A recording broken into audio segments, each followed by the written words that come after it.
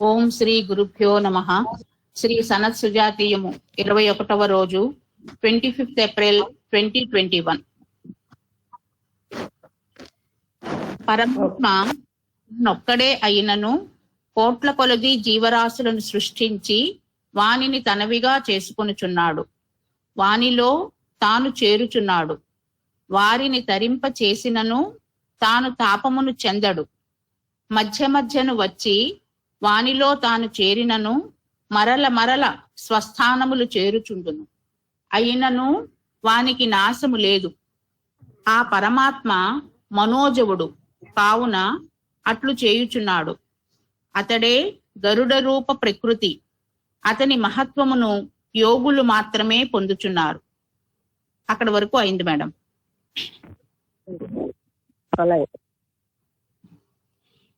ఈ విషయమును గురించి శంకర భాష్యమునందు ఈ విధముగా ఇవ్వబడినది. పరమాత్మ ఒకడే అయినను 10 లక్షల నపక్షములను అనగా అనంత కోటి జీవరాశులను సృష్టించి వానిని తన పక్షములుగా అనగా సన్నిహితులుగా చేసి వానిలో చేరుచున్నాడు.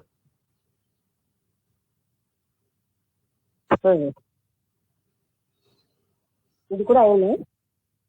ఇది అవ్వలేదు మేడం. అంటే ఒకసారి అయింది, మరి పాయింట్ రెండోసారి వచ్చింటుంది. అంటే ఎన్నో జీవులను సృష్టించి అందులో చేరుతున్నాడు. ఎన్నో రకాలైన జీవులను, భూతములన్నా జీవులన్నా ఒకటి సృష్టించి అందులో ఆయన ప్రవేశిస్తున్నాడు. ఆ జీవరాశులు ఎంత దూరమున ఉన్నను వానిలో తాను చేరుచున్నాడు. పరమాత్మకు దూరమనున్నది లేదు. కోటి కల్పముల కాలమైనను విరాట్ పురుషుడు నశింపడు. జీవులు మాత్రమే నశింతుడు. కోటి కల్పముల కాలమైనా సరే ఆ విరాట్ పురుషుడైన పరమాత్ముడు నశించడు. జీవులు మాత్రమే నశిస్తూ ఉంటారు. సదర్శనే నిష్ఠతి రూపమస్య పశ్యంతి చైనం సువిశుద్ధ సత్వాహ హితో మనీషి మనసాన తప్యతే ఏ ప్రజేయు రమృతాస్తే భవంతి. పరమాత్మ స్వరూపము చూపులకందదు. పరమ పవిత్రాంతఃకరణ శుద్ధులైన విశుద్ధ సత్తులే ఆ రూపమును చూడగలరు. అంటే మామూలుగా ఎవరు కూడా అది చూడలేదు, కనబడలేదు. చూడగలరు అని వాళ్ళు ఎవరైతే విశుద్ధమైనటువంటి మనస్తత్వంతో ఆ భగవత్ తత్వాన్ని జ్ఞానంతో తెలుసుకున్నారో వాళ్ళే చూడగలరు. చూడగలరు అంటే తెలుసుకోగలరు, అనుభవించగలరు. అంటే వాళ్ళు వేరేగా ఉండి చూడడం అనేది కాదు. ఆ రూపమును చూచిన వారే హితులును మనీషులను అగుచున్నారు. ఎవరైతే ఆ రూపాన్ని చూస్తున్నారో వాళ్ళే హితులేనా? హితులు మనీషులు. మనుషుల్లో మహాత్ముల్ని మనీషులు అంటున్నాం. వాళ్ళని మనం మనీషులని వ్యవహరిస్తాం. హితులని మనీషులని. వారు మనస్సులోనైనను పరితాపము చెందరు. అట్టివారే నిజముగా సన్యాసులై అమృతులగుచున్నారు. వారే పరమాత్మను చూచుచున్నారు. వాళ్ళు మనస్సులో అయినా సరే ఏ దుఃఖాన్ని, పరితాపం అంటే బాధను పొందరు. అలాంటి వాళ్లే ఆ పరమాత్మ తత్వాన్ని చూడగలుగుతున్నారు. గృహంతి సర్ప ఇవ గహ్వరాణి స్వశిక్షయా స్వేన వృత్తేన మత్యాః తేషు ప్రముఖ్యంతి జనా విమూఢా యోగినంతం ప్రపద్యంతే భగవంతం సనాతనం. భగవత్తత్వము తెలియని వారే విమూఢులు. వారే మరణశీలురైన మృత్యులు. ఎవరైతే అలాంటి పరమాత్మ తత్వాన్ని తెలుసుకోలేదో వాళ్ళని విమూఢులు అంటున్నాం. వాళ్ళు తిరిగి తిరిగి మరణిస్తూనే తిరిగి తిరిగి జన్మిస్తూ ఉంటారు. వారు గురువుల చెంత చేరి చక్కని శిక్షణను పొందినను తమ సహజ ప్రవృత్తిని విడలేక మోహమును పొందుచున్నారు. అది వాళ్ళేమో గురువుల వద్దకు చేరి శిక్షణ పొందినా సరే చక్కటి గురుబోధ అది వాళ్ళ మోహాన్ని విడవలేక వాళ్ళు ఆ మోక్ష ప్రాప్తిని పొందలేకపోతున్నారు.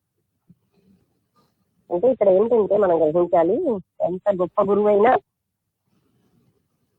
శిష్యులలో మోహాలు అవి పోనంత వరకు గురు బోధ ఎంత గొప్పదైనా ఫలించదు. తన మోహాన్ని పోగొట్టుకుని శిష్యులలో ఆ రకమైన సంసిద్ధత ఉన్నప్పుడు మాత్రం పనికొస్తుంది. కానీ శిష్యులు రెడీగా లేనంతసేపు మహత్తరమైన గురువు ఏమీ చేయలేదు. అట్టి వారు పరమాత్మను దర్శించుటకు ప్రయత్నించినను ఇంద్రియ సర్పములు కర్ణము మున్నగు ఇంద్రియములనడి గుహల నుండి అనగా పుట్టల నుండి బయటకు వచ్చి వారిని గ్రహించి పీడించుచున్నవి. ఇక్కడ సర్పములతో పోల్చారు. ఏంటవి? ఇంద్రియ సర్పములు. ఆ రంధ్రముల ద్వారా కర్ణము, నాసిక, ఈ రంధ్రముల ద్వారా బయటకు వచ్చి అవి ఏమో వాటిని పీడిస్తున్నాయి. అంటే ఇంద్రియాలకు సంబంధించిన స్థానాన్ని పొంది ఆ వ్యక్తిని బాధ పెడుతున్నాయని వర్ణించే తీరులో ఉంది. ఇక్కడ ఇంద్రియ సర్పములని అంటున్నారు. అంటే అది బాధిస్తున్నాయన్న సంగతి తెలియదు కనుకే మనుషులు అందులో కూరుకుపోతున్నారు. అవి చాలా సర్పములు. ఎంతమంది మహాత్ములు ఉంటారు వాటిని సర్పములు అంటే ఇలాంటి వాటితో ఎందుకు పోలిస్తున్నారంటే అక్కడ మనం కూరుకుపోయి ఇంకా ఉన్నత స్థాయికి వెళ్తాం లేదు. అవే బాగుంటాయి. అందుచే వారు ముగ్ధులై భయంకర సంసారమున పడుచు మునుగుచు తమ జీవిత మార్గమును మోహముతో నింపుచు ముక్తులు కాలేరు. అందువల్ల వాళ్ళు దాంట్లోనే ఆనందపడిపోతుంది. ఆ సంసారాన్ని తిరిగి తిరిగి మళ్ళీ అనుభవించి మళ్ళీ జన్మించి మళ్ళీ పుట్టి అందులోనే ఉంటారు కానీ ముక్తులు అవ్వలేకపోతున్నారు. ఎందుకంటే అందులోనే రక్షి అంటే ఈ ఇంద్రియ సుఖాల్లోనే రక్షి ఉన్న వాళ్ళు ఎప్పుడు కూడా ఆ జ్ఞానాన్ని పొంది ముక్తులు అవ్వలేదు. జ్ఞానులైన యోగులు మాత్రము ఇంద్రియ వశులు కాక పరమాత్మను గాంచి ధరించుచున్నారు. జ్ఞానులైన యోగులు మాత్రం వాళ్ళు జ్ఞానంతో వాళ్ళ వివేక వైరాగ్యాలతో వాళ్ళేమో తెలుసుకుని ధరిస్తున్నారు. ఈ విషయమును గురించి శంకర భాష్యమునందు ఏంటి మేడం? సామాన్యులు ఆ ఇంద్రియ సుఖాలే సర్వస్వం అనుకుని తిరిగి తిరిగి అందులోనే ఆ సంసార సాగరాన్ని తేలుతూ మోగుతూ అదే సమస్తంగా జీవిస్తూ ఉంటారు. శంకర భాష్యమునందు ఈ విధంగా ఇవ్వబడింది. విషయముల గ్రోలిన జనులు తెలివి తప్పిన కారణమున లౌకిక విషయములనే మాత్రము ఎరుగకున్నారు. అంటే ఈ విషయాల్లోనే పూర్తిగా ఉండిపోయిన వాళ్ళు లౌకిక విషయాలని అంటే అది ఏమాత్రం ఎదుర్కొన్నారంటే అక్కడ అర్థం దాని యొక్క స్వరూపాన్ని తెలుసుకోలేకపోతున్నారు. అది ఎంత బాధాకరమైనది అనేది ఎరగకున్నారు అంటే తెలుసుకోలేకపోతున్నారు అనేది. ఇంద్రియ సర్పములొసగిన ఇంద్రియ భోగములన్నీయు విషతుల్యములే. అందుచేతనే అవి మోహహేతువులై జీవులను చంపుచున్నవి. ఇంద్రియ భోగములన్నీ విషతుల్యములే, అవి మోహ హేతువులై జీవులను బాధ పెడితే అంటే చంపుతున్నాయంటే ఏంటి మళ్ళీ అమృతత్వం రావకుండా చేస్తున్నాయి.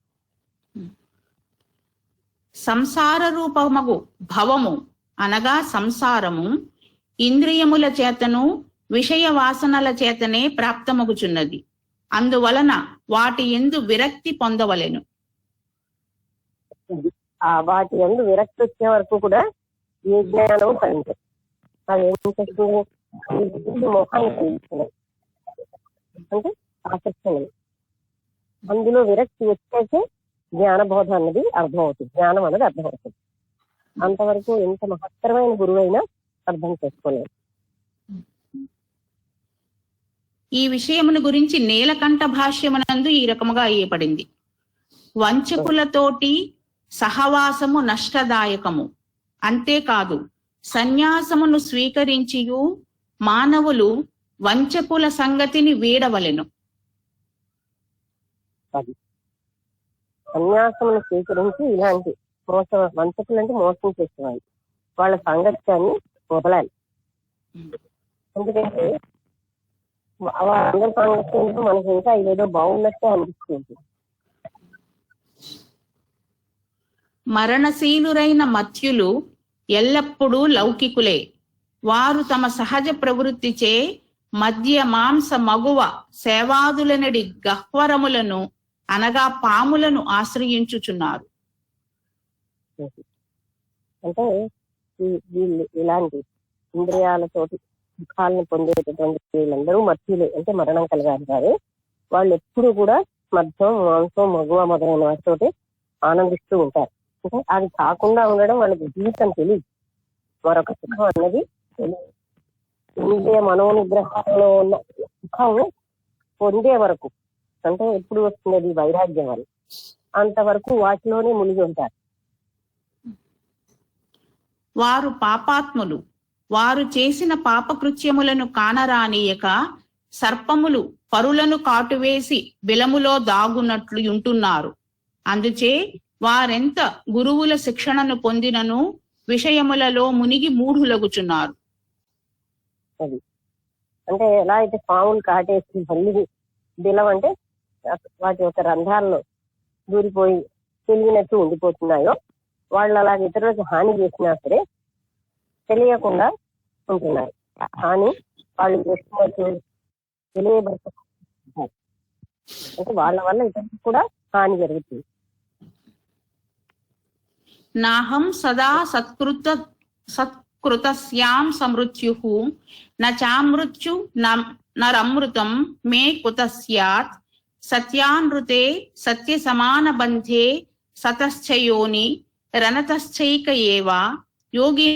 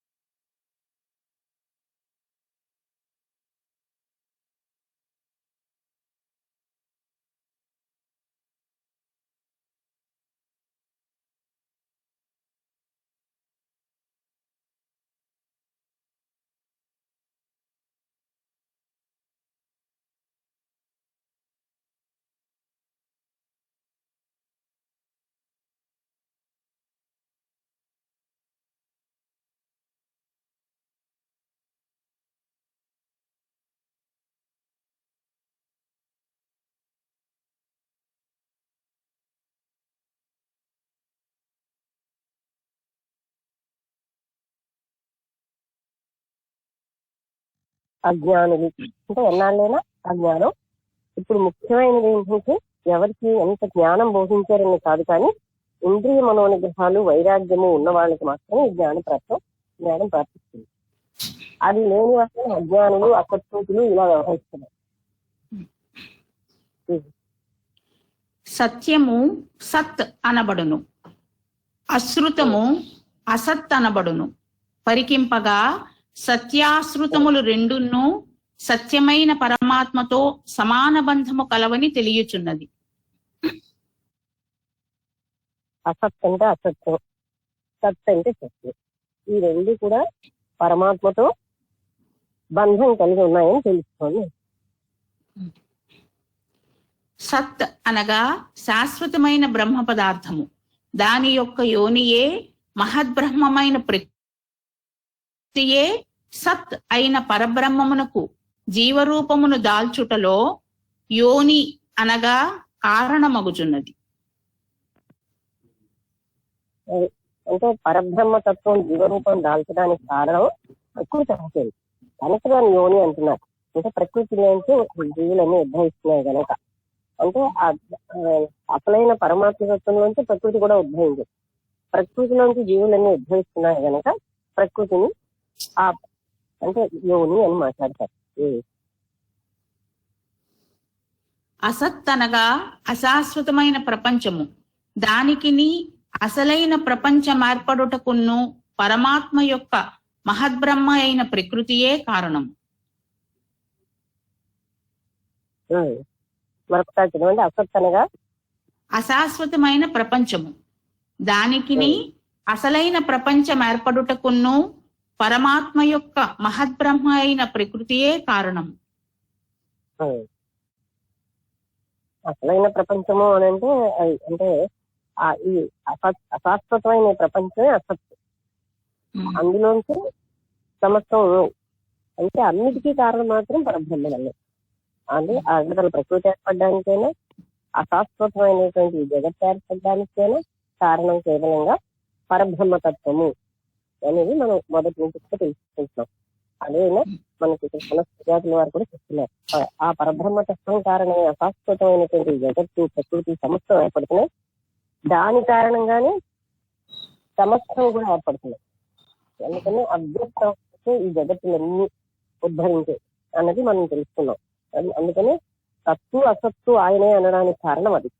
ఎందుకంటే అతను కాకుండా ఇంకోటి లేదు ఈ ప్రపంచం. ఓకే. ప్రకృతి పరమాత్మ యొక్క వికృతి కావున సదసత్తులు రెండిటికిని ఏకమైన పరబ్రహ్మమే మూల కారణమని యోగులు తెలుసుకొనుచున్నారు. ఆ పరమాత్మ తత్వం యొక్క వికృతే ప్రకృతి అనమాట. అంటే అదే వేరేగా ప్రకృతిగా ఉద్భవించింది అని. ఎప్పుడైతే రూపం మారి రూపం దాల్చి అది అటువంటి ఆ పరబ్రహ్మ తత్వాన్ని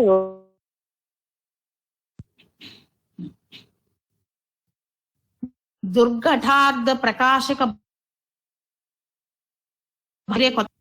దుర్ఘటార్థ ప్రకాశక భాష్యము.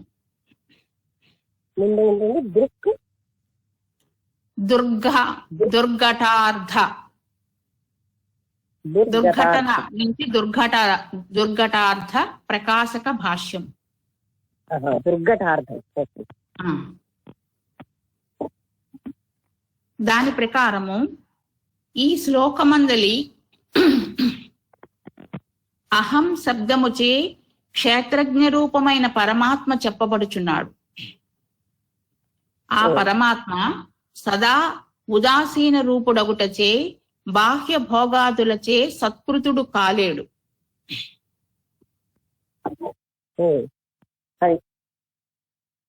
బాహ్య భోగాదుల వల్ల అతను సత్కృతుడు అవ్వలేదు. సత్కృతుడు అంటే పరమాత్మ సత్కృతుడు అవ్వలేదు. అంటే అక్కడ ఏంటి, జీవాత్మ పరమాత్మగా ఉద్భవించింది. బాహ్య భోగాలు అనుభవించిన వాడు ఇప్పుడు కూడా ఆ జ్ఞాన స్థితిని పొందలేడు అని చెప్తున్నారు. పుష్కర పలాసమనగా తామరాకు, దానిపై పడిన నీరు దానిపై నుండి దానికి అంటకయే ఉండును. అటులనే పరమాత్మ జీవులలో ఉన్నను అతనికి జీవులకు గల బాహ్య భోగాదులచే సంబంధము లేదు. అది అంటే పరమాత్మ జీవుల్లో ఉన్న జీవులు అనుభవించేటటువంటి బాహ్య భోగాదులతో ఆ పరమాత్మకి ఏ సంబంధము లేదు. కావున నిర్లిప్తుడై ఉండును. అందుచేత పరమాత్మకు సంసార రూప మృత్యువు లేదు. ఆయన నిర్లిప్తుడై ఉంటాడు. అందుకని పరమాత్మకు సంసార రూపమైనటువంటి వ్యక్తి ఉండదు. ఎందుకంటే అవన్నీ ఆయన అంటించుకోవట్లేదు. ఈ మానవుల ఇంకా జీవులు అనుభవించేటటువంటి భోగాలతో ఇంద్రియ సుఖాలతో పరమాత్మకు సంబంధం లేదు. అమృత్యువైన జన్మయునూ లేదు. పరమాత్మ సర్వాతీతుడు, అందరికీ మోక్షమొసగును. కావున అతనికి అమృతముతో సంబంధం ఎట్లుండును? ఆయన సర్వాతీతుడు. అనృతం అంటే అదే ఆయనకు అమృతంతో సంబంధం ఎలా ఉంటుంది? అదేనా? అనృతము అని ఇవ్వలేదు మేడం, అమృతం అనే ఇచ్చారు ఇక్కడ.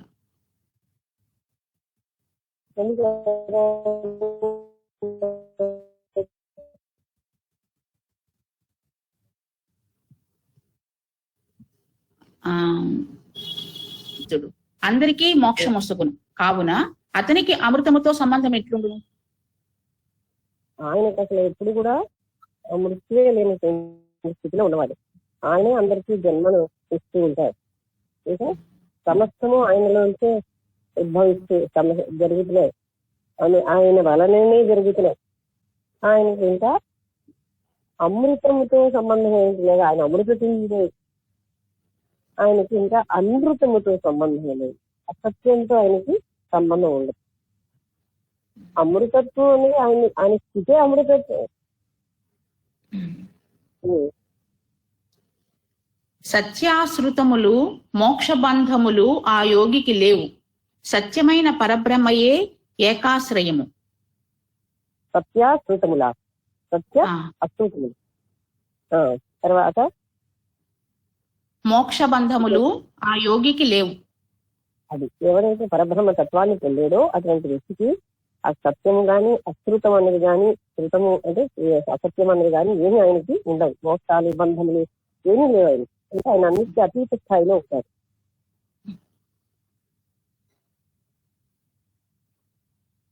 సత్యమైన పరబ్రహ్మయే ఏకాశ్రయము. వానికి సత్యమైన పరబ్రహ్మముతో సమానమైన అనుబంధము కలదు. ఒకే ఒక ఆశ్రయం ఏంటి అంటే సత్యమైనటువంటి పరబ్రహ్మే ఆయనకి ఆశ్రయం. అతనితోటి ఆయనకి సంబంధం ఉంటుంది. చూడగా జీవుడు బద్ధుడు, వానికే మోక్షం అవసరము. బద్ధుడు కాని పరమాత్మకు మోక్ష బంధములు లేవు. ఇంకా కదా జీవుడు బద్ధుడు గనక జీవుడికి మోక్షం అవసరం. బద్ధత్వంలోంచి ఆయన శృంఖలాలు పెంచుకుని మోక్షం అవసరం. కానీ పరమాత్ముడు బద్ధుడు కాని గనక ఆయనకి మోక్షం అవసరమే లేదు. ఆయన ముక్తి స్థితిలోనే ఉంటాడు. ఆల్రెడీ ఆయనకి బంధమే లేదు. సత్ అనగా మోక్షము, అసత్ అనగా సంసారము. ఈ రెండింటికి కారణాత్మయే యోని అనగా అది కారణము అనగా ఆది కారణము. అసత్ అంటే సంసారం, సత్ అంటే ఆ పరబ్రహ్మ తత్వం. ఈ రెండింటికి కూడా ఆది కారణం పరబ్రహ్మే. బంధమోక్షములు కలిగించుట కారణాత్మ యొక్క క్రీడ. కారణాత్మ ఎవరిని అనుగ్రహించునో వాడే తనను ముక్తినిగా తలచును. ఈ కారణాత్మ వల్లే బంధమోక్షాలు వస్తున్నాయి. ఎవరిని అది అనుగ్రహిస్తుందో వాళ్ళే ముక్తిని పొందుతారు. ఆ కారణాత్మ ఎవని కారణాత్మ వల్లే సమస్తం వస్తున్నాయని ఇంకో పేరు పెట్టారంటే ముందు ఒక్కటే అందులోంచి వచ్చినగా మళ్ళీ కన్ఫ్యూజ్ కాకుండా ఎక్కడి నుంచి వచ్చేసింది అనుకోకండి. అంటే ఆ పరబ్రహ్మ తత్వం నుంచి కారణాత్మ నుంచి జగత్తు అంతా కూడా ఉద్భవించింది. అందుకని సమస్త జీవులు కూడా దాన్ని కారణాత్మ అంటున్నారు. ఆ కారణాత్మే అన్నిటికీ కారణం. అంటే ఆ కారణాత్మ కూడా పరబ్రహ్మ స్వరూపం. ఆ కారణాత్మ ఎవరిని అనుగ్రహించడో వాడే తనని బద్ధుడిగా భావించును. అందుచే జీవుడు నిధిధ్యాసనములచే ప్రయత్నించును. కారణాత్మ ఎవరిని అనుగ్రహించదో అతడే తను బద్ధుడని ఫీల్ అవుతాడు. అంటే తను వీటన్నిటితోటి బంధంతో ఉన్నాడు అని ఫీల్ అవడానికి కారణం ఆ అనుగ్రహం లేక. అంటే ఇంకో రకంగా చెప్పాలంటే లోపల ఉన్న ఆత్మతత్వం యొక్క అనుగ్రహం. కారణాత్మ అంటే ఇంకెక్కడో లేదు. అంటే మనం జాగ్రత్తగా గమనించాల్సింది ఏంటంటే అక్కడ పేరు పెట్టాం. ఏ పర్టికులర్ ఆత్మతత్వంలో సమస్తం ఉద్భవిస్తున్నాయో దాని కారణాత్మ అంటున్నారు. చూడగా జీవ ప్రకృతి త్రాటితో కట్టిన కర్రబొమ్మ వంటిదని తెలుసుకొనవలసి ఉన్నది. సత్యము అనగా ఓంకార రూప పరబ్రహ్మమని చెప్పవచ్చును. త్రాటితో కట్టిన కర్రబొమ్మ వంటిదని అంటే ఒక తాడుతో కర్రబొమ్మను కడితే ఎలా ఉంటుందో జీవ ప్రకృతి అలాంటిది అని తెలుసుకోవాలి. సత్యము అనగా ఓంకార రూప పరబ్రహ్మమని చెప్పవచ్చును. సత్యం ఏంటి అంటే ఓంకార రూపమైన పరబ్రహ్మమే సత్యం. శంకర భాష్యము ప్రకారము సచ్చిదానందాద్వితి మేడం డీటెయిల్డ్ గా చెప్తున్నారు. మరి కొంచెం ఆల్రెడీ డీటెయిల్డ్ గా చూపిస్తున్నారు మళ్ళీ, ఎందుకంటే ఇది మళ్ళీ మళ్ళీ మర్చిపోతారు కనుక, అర్థం అవ్వదు కనుక కొన్నిసార్లు చెప్తున్నారు. ఓకే. శంకర భాష్యము ప్రకారము తానే సచ్చిదానందాద్వితీయ పరమాత్మ అను భావముతో అహర్నిశలు మిలిగిన వాడు సదా సత్కృతుడే యుగును. మెలిగిన వాడు సదా సత్కృతుడే యగును. సదా సత్కృతుడు అంటే నిరంతరం తనే పరబ్రహ్మ స్వరూపం ఎవరు ఇచ్చాడో నిరంతరం అలా మెలుగుతున్నవాడు సత్కృతుడు. అక్కడ కృతార్థుడు అనేవాడు దత్తాత్రేయుడు. ఇక్కడ సత్కృతుడు అంటే ఆ పరబ్రహ్మతత్వాన్ని ఎరింగినవాడు అని అర్థం. అంటే నిరంతరం అదే ధ్యానంలో ఉన్నవాడిని సత్కృతుడు అంటున్నాం. అతనికి మృత్యువు అనగా జనన మరణ రూప సంసారము ఉండదు. అజ్ఞాని మృత్యు సాపేక్షుడగుటచే మృత్యువు యొక్క అభావ ప్రసక్తియే వానికి లేదు. అంటే ఆయనకి పరబ్రహ్మతత్వమే తాను అనే ఎరుక ఉండడం వల్ల, నిరంతరం అందులోనే ఉండడం వల్ల ఆయనకి మృత్యు ఉండదు. అజ్ఞాని ఇప్పుడు కూడా తాను శరీరాన్ని అని వాటితో భావించడం వల్ల ఆయనకి మృత్యు నుంచి తప్పించుకునే పరిస్థితి ఉండదు. అజ్ఞానికి అమృతత్వం ఎట్లు ప్రాప్తించును? మృత్యుర్నాస్య మృతం కుతః అనగా అధిష్టానమైన పరబ్రహ్మము ఒక్కటియే, అది ఏ పరమార్థ సత్యము. అధిష్టానం అన్నిటికీ ఆధారంగా ఉన్నటువంటి పరబ్రహ్మ ఒక్కటే. అంటే అందుకే రెండోది లేదు, అంటే దానికి సరితుల్యమైనది మరొకటి లేదు అని చెప్తారు. ఒక్క పరబ్రహ్మతత్వం ఉన్నది, ఒక్కటే పరబ్రహ్మతత్వం. రజ్జువునందు సర్పము రెండోది ఉంది అని మనం ఎవరైనా సరే చెప్తున్నారంటే అక్కడ ఏదో అజ్ఞానం ఉంది. ఉన్నది ఒక్కటి, మళ్ళీ ఆ మూలానికి మనం పదే పదే వెళ్ళాలి. ఇన్ని లేవు, ఉన్నది ఒక్కటే పరబ్రహ్మతత్వం. రజ్జువునందు సర్పము వలె అధిష్టానమైన పరమాత్మను అనుబంధించి సత్యానృతములు రెండును సమానముగా ఉన్నవి. అది అధిష్టానమైన పరబ్రహ్మాన్ని ఆశ్రయించే సత్యము అమృతము అనే అసత్యము కూడా ఉన్నాయి. సత్ అనగా ఉన్నది, దాని ధర్మము సత్యము. నా ప్లస్ సత్ అనగా అసత్ లేనిది. ఇట సత్ అననది సత్య పదము చేతను, అసత్ అననది అనృత పదము చేతను చెప్పబడినది. మనకు అర్థమైపోయింది కదా, సత్య అనేది సత్య పదము చేతను, అనృతం అంటే అసత్యం. అసత్యాన్ని అసత్ అన్నది అనృత పదం, అనృతము అంటే అసత్యము. మనకి ఇప్పుడు అసత్యము అన్నాం అలవాటు, అనృతము అన్నాం అసత్యము. సదసత్తులు సత్యానృతములు రెండును పరమాత్మకు చెందినవే కావున సత్యం అనబడుచున్నది. సత్తు అసత్తు రెండు కూడా పరమాత్మకు చెందినవి, అందుకే సత్యము అంటున్నాం. ఎట్లనగా సృష్టికంతటికి పరమాత్మ యొక్క మహద్బ్రహ్మయే అనగా మూల ప్రకృతియే యోనిగా ఉన్నది. అందుచే సృష్టికి అది మూల కారణమగుచున్నది. సృష్టి అంతటికి మూల ప్రకృతి కారణం కనుక అదే మూల కారణం అని అంటున్నాం. అంటే ఏంటి, మూల ప్రకృతి ఎక్కడి నుంచి వచ్చింది? పరమాత్మ నుంచి. జీవులందు పరబ్రహ్మ ఉన్నది అనుకొనుట లౌకికం. అట్టి లౌకికమైన సత్తునకు పరమాత్మ యొక్క మూల ప్రకృతి అయిన యోనియే మూల కారణం. మళ్ళీ చదవండి, ఏంటి వస్తుంది. జీవులందు పరబ్రహ్మ సత్ అనగా ఉన్నది అనుకొనుట లౌకికము. అట్టి లౌకికమైన సత్తునకు పరమాత్మ యొక్క మూల ప్రకృతి అయిన యోనియే మూల కారణం. జీవుల్లో పరబ్రహ్మ ఉన్నాడు అని అనుకోవడం లౌకికత్వం. ఇలాంటి దానికి కారణం కూడా అంటే ఆ పరబ్రహ్మ తత్వమే, ఆ సత్యమే. అంటే అందులోంచి సమస్తంగా వస్తున్నాయి. కావున లౌకికమైన సత్తు అనగా జీవాత్మ రూపమైన నత్యము సత్యమునే అనగా పరబ్రహ్మమునే అనుసంధించి ఉన్నది. జీవాత్మ అనేది కూడా ఆ పరబ్రహ్మ తత్వం, అందులో ఉన్న సత్యం పరబ్రహ్మ తత్వాన్ని అనుసంధించే ఉంది. కానీ అది అజ్ఞానం వల్ల వేరుగా కనబడుతుంది, లౌకికత్వంతో ఉంటుంది. నా ప్లస్ సత్ అసత్ అనగా లేకుండుట, అది ఏ అనృతము. జీవులందు పరబ్రహ్మ సుప్తి అనగా మృత్యపు చిప్పయందు రజతము వలె వ్యావహారికమైన జీవరూపమును ఉన్నది, కానీ నిజముగా లేదు.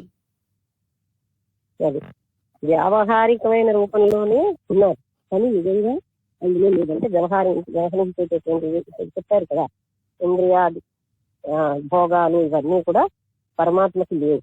అంటే ఎలా అయితే ముచ్చటి తిప్పలో ఉన్నది వెండిలాగా, అంటే లేకపోయినా ఉన్నట్టు కనిపిస్తుంది, అలాగే ఇవన్నీ కూడా పరబ్రహ్మతత్వం అని మనం ఫీల్ అవుతుంటాం. కానీ అక్కడ ఈ ప్రాపంచిక విషయాల్లో అది లేదు అని చెప్తున్నారు. అంటే ఈ భోగాలలో మత్ స్థాని సర్వభూతాని నచాహంతే శ్వవసితః అను గీతావాక్యమే ఇందులకు ప్రమాణము. ఏకమే వాద్వితీయం బ్రహ్మ అను శృతియే జీవులందు పరబ్రహ్మ యొక్క అసత్తునకు అనగా వ్యవహారికమైన లేకుండుటకు కారణం. ఏకమేవ అద్వితీయం బ్రహ్మ అనే శృతివాక్యం అంటే వేదవాక్యం. నేను అంటే ఒక్క అద్వితీయమైనటువంటి పరబ్రహ్మతత్వం ఒక్కటే ఉంది, ఈ జగత్తులో మరొకటి ఏమీ ఉంది. అని ఆ తర్వాత గీతావాక్యం ఏంటండి? మత్సాని సర్వభూతాని నచాహంతే శ్వవసితః. మత్సాని సర్వభూతాన్ని, నేను అన్ని జీవులలో నేనే ఉన్నాను. నచాహంతే అంటే శ్వవసితః, నచాహంతేషం శ్వవసితః.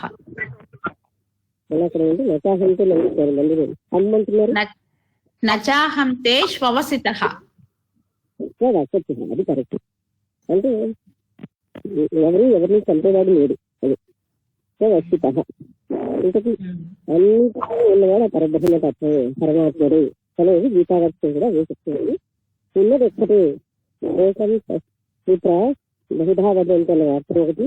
ఏకం అంటే సమస్తమును అద్వితీయమైనటువంటి ఆ పరబ్రహ్మ తత్వం ఉన్నదని స్థితివాక్యం కూడా మనకి ఇదే చెప్తున్నాయి.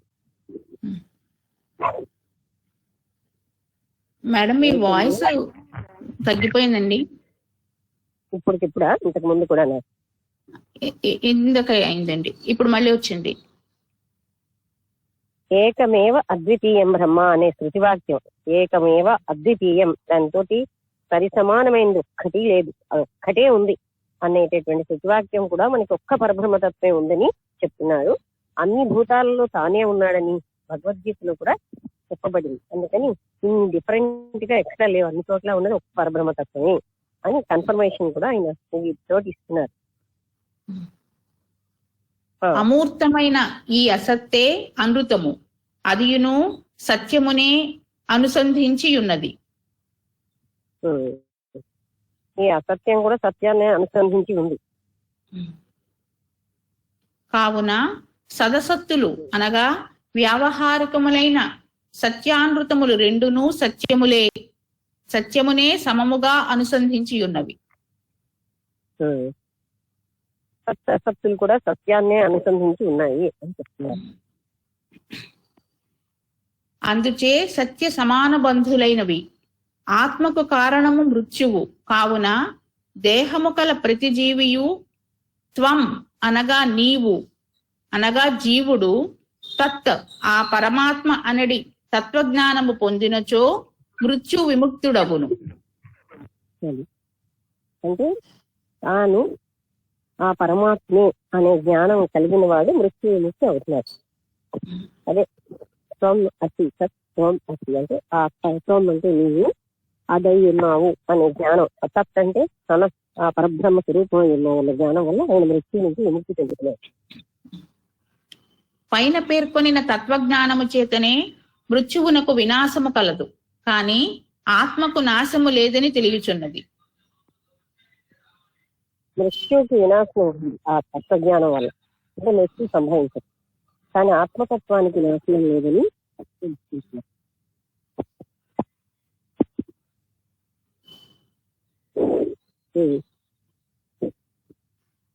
నాశనం లేదని తర్వాత వినిపించలేదండి. ఆత్మతత్వానికి నాశనం లేదని మనం తెలుసుకుంటున్నాం. కానీ మృత్యు అంటే మృత్యు ఎవరికి జ్ఞానం లేనందరికీ కూడా మృత్యు ఉంటుంది. దానికి మృత్యు నాశనం ఉంటుంది. మృత్యు అంటే అజ్ఞాన గణితం వాళ్ళందరూ మృత్యుకి కలిగి ఉంటారు. ఎవరైతే జ్ఞానంతో వాళ్ళు అధిగమించారో, బంధాలన్నింటినీ వేసి చేసుకుంటున్నారో వాళ్ళకి మృత్యు ఉండదు.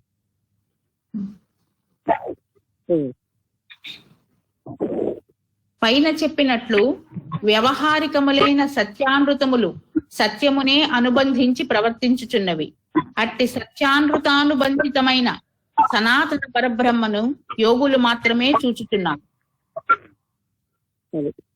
అంటే సత్యానృతము కేవలం సత్యాన్ని అనుసరిస్తున్నాయి. అటువంటి పరబ్రహ్మను యోగులు మాత్రమే గ్రహించగలుగుతున్నారు. సత్యం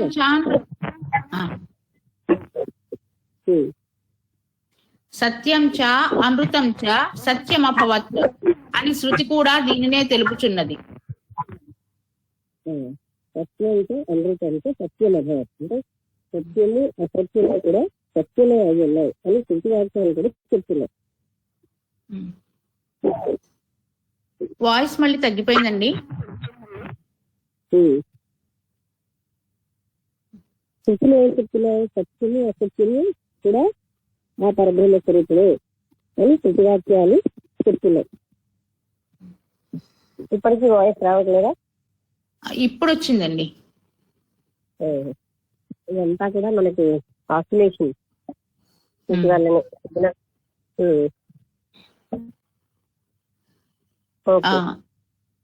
న సాధు నానోత అసాధునావా సమానమేతద్ దృశ్యతే మానుషేషు సమానమేతదమృతస్య విద్యాః దేవం యుక్తో మధుతద్యై పరీప్సేత్ యోగినంతం ప్రపద్యంతే భగవంతం సనాతనం. బ్రహ్మవేత్తలు సత్కర్మచే ఉన్నతులుగను దుష్కర్మచే నీచులుగను కానేరరు. సామాన్య మానవులు మాత్రమే కర్మలను అనుసరించి ఉత్తములుగను అధములుగను అగుచున్నారు. బ్రహ్మవేత్తలకి కర్తృత్వం లేదు గనక సత్కర్మలు చేస్తే ఉత్తములు లేదా దుష్కర్మలు చేస్తే నీచులని అలా అవరు వాళ్ళు. ఎందుకంటే వాళ్ళకి కర్తృత్వం అనేది లేదు, భోక్తృత్వం లేదు. ఎందుకంటే వాళ్ళు ఏ కర్మలు చేసినా అంటావు గనక వాళ్ళు గొప్పవాళ్ళు అవ్వడం కానీ తక్కువ వాళ్ళు అవ్వడం కానీ ఉండవు. అది మామూలు అజ్ఞానం అంటే ఇందులో కూరుకుపోయినటువంటి వ్యక్తులే మంచి కర్మలు చేస్తే విమతులు లేకపోతే నీచులు ఇలాగా మాట్లాడతాం వాళ్ళని. చిద్రూపమైన బ్రహ్మమునకును బ్రహ్మవేత్తకును కైవల్యం మాత్రము సమానమే. బ్రహ్మకి బ్రహ్మవేత్తకి కైవల్యం అనేది సమానంగానే ఉంటుంది. అంటే ఆ బ్రహ్మతత్వాన్ని తెలుసుకున్నవాడు బ్రహ్మ అయిపోతున్నాడు, ఇంకా అతను ఈక్వల్ అయిపోతున్నాడు. యుక్తుడు అనగా యోగి మాత్రమే మధువును అనగా పరబ్రహ్మమును పొందును. అట్టి పరబ్రహ్మమును యోగులు మాత్రము కాంచుచున్నారు. ఇదే విషయాన్ని ఎన్నోసార్లు రిపీట్ చేస్తున్నారు. ఏంటంటే యోగులు మాత్రమే ఆ పరబ్రహ్మతత్వాన్ని తెలుసుకుంటున్నారు, వాళ్ళు మాత్రమే ఆ పరబ్రహ్మతత్వంలో ఉన్న ఆనందాన్ని గోలుతున్నారు. నీలకంఠ భాష్యము ప్రకారము బ్రహ్మవేత్తకు కర్మస్పర్శ లేకుండును. అది ఏ బ్రహ్మ విద్య ఫలము. కర్మస్పర్శ లేకపోవడం అంటే కర్తృత్వం లేకపోవడం. నీలకంఠ భాష్యం కూడా అలాగే చెప్తోంది. బ్రహ్మ విద్యా ఫలం వల్ల వాళ్ళకి కర్మస్పర్శ ఉండదు. కర్మ చేస్తున్నాం, కర్మ ఫలితం పొందాలి, కర్మ యొక్క తాను చేస్తున్నాను ఈ భావనలేవి ఆయనకు ఉండవు.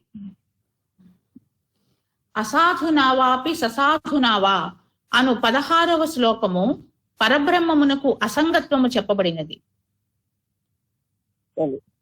పరబ్రహ్మం అసంగం అంటే సంగతి లేకుండా ఉంటాడు, దేంతో సాంగత్యం లేదు. ఇందు బ్రహ్మవేత్తకు పాపస్పర్శ లేదనుచున్నారు. దేహాభిమానులైన మనుష్యులందు మాత్రము ఉచ్చనీచములైన కర్మఫలములుండును. మళ్ళీ చెప్తున్నారు, ఉన్నతము నీచము అనే కర్మఫలములు దేహాభిమానం ఉన్నటువంటి మానవులకే గాని ఆ పరబ్రహ్మతత్వాన్ని తెలుసుకునే యోగులకు ఉండవు. ఆయనకి కర్తృత్వం భోక్తృత్వం లేదు కనుక కర్మఫలములు అంటావు. ఆయన మంచి కర్మ చేస్తే గొప్పవాడని, తక్కువ కర్మ చేస్తే నీటిదని అని కూడా అనలేం బ్రహ్మవేత్తలు. బ్రహ్మవేత్త బ్రహ్మమే కావున వానికి కర్మలను అనుసరించిన ఎక్కువ తక్కువలు లేవు. అది బ్రహ్మవేత్త అంటే బ్రహ్మని తెలుసుకున్నవాడు బ్రహ్మమే. అందుకని ఆయనకి కర్మలు లేదు, మంచి కర్మని, చెడ్డ కర్మని, ఇది ఎక్కువ తక్కువగా అలాగా అన్ని భావించడానికి కూడా లేదు. నస్యాతివాద హృదయం తాపయంతి నానధీతం నాహుతమగ్నిహోత్రం మనో బ్రాహ్మీ లఘుతా మదధీత ప్రజ్ఞాం చాస్మై నామ ధీరా లభంతే యోగినంతం ప్రపద్యంతే భగవంతం సనాతనం. నిందావచనములు అతివాదమందురు. అట్టి నిందావాక్యములు బ్రహ్మవేత్తల హృదయములు నొప్పింపజాలవు. నిందలు అవిను బ్రహ్మవేత్తలని ఏవి కూడా నొప్పింపజాలవు. వేదాధ్యయనము చేయలేదే, అగ్నిహోత్రము చేయలేదే అనడి విచారములు లేసమంతైనను బ్రహ్మవేత్తలకు లేవు. ఇవాళ వేదాధ్యయనం చేయలేదు, ఇవాళ ఏమో అగ్నిహోత్రం లాంటి హోమాలు చేయలేదు అనే విచారం బ్రహ్మవేత్తలకి ఏమాత్రం కూడా ఉండదు. ఎందుకు ఉండదు అంటే కర్మలతో లంపటం పెట్టుకోరు, వాళ్ళు అసంగత్వంతో ఉంటారు. వారు బ్రహ్మీభూతులు కావున వారి మనస్సుకు ఏ విధమైన లఘుత్వమును అనగా తక్కువతనమును లేదు. లఘుత్వం అంటే తక్కువతనం. వాళ్ళేమో బ్రహ్మీభూతులు అంటే బ్రహ్మస్థితిలో ఉన్నవాళ్ళు. వాళ్ళకి ఏ రకమైనటువంటి ఈ లఘుత్వము అంటే అయ్యో ఈ పని ఏం చెయ్యలేదు అంటే ఆ కర్తృత్వం అనేది ఎక్కడా ఉండకపోవడం వల్ల వాళ్ళకి అలాంటి లఘుత్వం రాదు. వారు ఆప్తుల కష్టములు గాంచియు విచారింపరు. వారు ధీరులు. వారు కట్టి ప్రజ్ఞను భగవంతుడు చేకూర్చెను. అట్టి వారే పరమాత్మను చూచుచున్నారు. అది వాళ్ళకి ఆత్మీయులైన వాళ్ళకి కష్టం వచ్చినా కూడా వాళ్ళు విచారించరు. ఎందుకంటే వాళ్ళకి అందరూ సమానమే. ఆ కష్టం ఎందుకు వచ్చింది, కష్టం వల్ల వాళ్ళు అన్ని తెలుసుకున్న వాళ్ళు ధీరులు. అలాంటి వాళ్ళనే మనం యోగులని బ్రహ్మవేత్తలని అంటాం. వాళ్ళు ఎందుకు విచారించరు, విచారించడానికి అక్కడ అజ్ఞానం ఉండాలి. అయ్యో ఇలాంటి కష్టం వచ్చేసింది. కష్టం అన్నది ఎందుకు వస్తుంది అంటే ఇప్పుడు మనం పిల్లల్ని బలవంతంగా స్కూల్కి తీసుకెళ్తే వాళ్ళ నాన్న కష్టాలు పడుతున్నా విచారించారు. ఎందుకు విచారించారంటే వాళ్ళు అక్కడికి వెళ్ళి మనం అనుకున్నటువంటి విద్యను నేర్చుకుంటారు. అలాగా అది ఇంకా ఎవరి యొక్క ఆప్తులు అని చెప్పారు. అంటే వాళ్ళకి ఎంతో ఆత్మీయులైన వాళ్ళకి కష్టం వచ్చినా వాళ్ళు విచారించారు. ఏవం సర్వభూతేషు ఆత్మాన మనుపశ్యతి అన్యత్రాన్యత్ర యుక్తేషు కిం ససో చేతత్తః పరం. సర్వభూతములందును ఇట్లు ఆత్మతత్వమును గాంచు వారికి శోకమోహములుండవు. మనం ఈ విషయాలన్నీ కూడా మిత్ర రహస్యంలో చాలా డీటెయిల్ గా నేర్చుకుంటాం. అంతటా ఆత్మతత్వాన్ని ఎవరైతే చూడగలుగుతున్నారో, ఫీల్ అవుతున్నారో వాళ్ళకి శోకము లేదు, మోహము లేదు. ఆసక్తులైన వారికిని కర్మాసక్తులకును మాత్రమే శోకమోహములు కలవు. కర్మాసక్తులకి ఇలాంటి వాటిల్లో ఆసక్తులు ఉన్న వాళ్ళకి శోకమోహాలు ఉంటాయి, మిగతా వారికి ఉండవు. తత్ర కోమోహః కః శోక ఏకత్వం అనుపశ్యతః. సకల ప్రకృతి యందును ఏకత్వమును గాంచు వారికి శోకమోహములు ఎక్కడివి?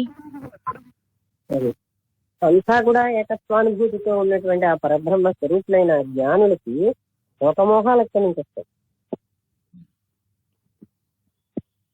యథోదపానే మహతి సర్వత సంప్లుతోదకే ఏవం సర్వే మనే దేశు ఆత్మానమనుజానతః.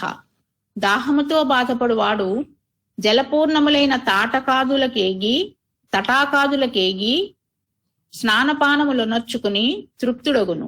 అట్లే సర్వ వేదములందునూ చెప్పబడిన ఆత్మతత్వం ఎరిగిన వాడు ఆత్మను దర్శించి తృప్తుడగును. అది అంటే దాహం ఉన్నవాడేమో ఒక చెరువు దగ్గరికి వెళ్ళి దాహం తీసుకుని తృప్తి పొందుతాడు. ఆత్మతత్వం తెలుసుకున్నవాడు ఆత్మని గ్రహించి అందులోనే తృప్తిగా ఉంటాడు. అంగుష్టమాత్ర పురుష మహాత్మా న దృశ్యతే సౌహృది సన్నినిష్టః అజశ్చరో దివారాత్ర మతంద్రితస్య సతం మత్వా కవిరాస్తే ప్రసన్నః. శంకర భాష్యమునందు ఈ రకముగా చెప్పబడింది. ఇందు జీవాత్మ యొక్క ధ్యాన ప్రకారము చక్కగా చెప్పబడుచున్నది. ఎట్లనా ఆకాశాది దేహాంతమైన జగములను సృష్టించిన కారణమున పరమాత్మ మహాత్ముడాయను. అతడు హృత్పుండరీకమున అంగుష్ట మాత్ర పరమాణుడై ఉండిను సదానందాత్మతో ఎవరికినీ కానరాడు. హృదయ గుహలో ఆయన అంగుష్ట మాత్రంలో ఉన్నా ఎవరికి కనబడదు.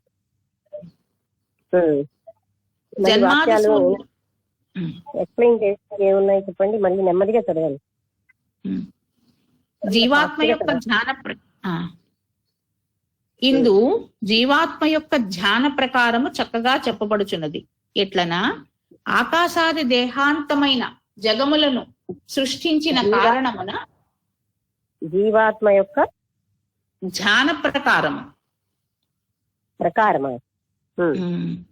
చక్కగా చెప్పబడుచున్నది.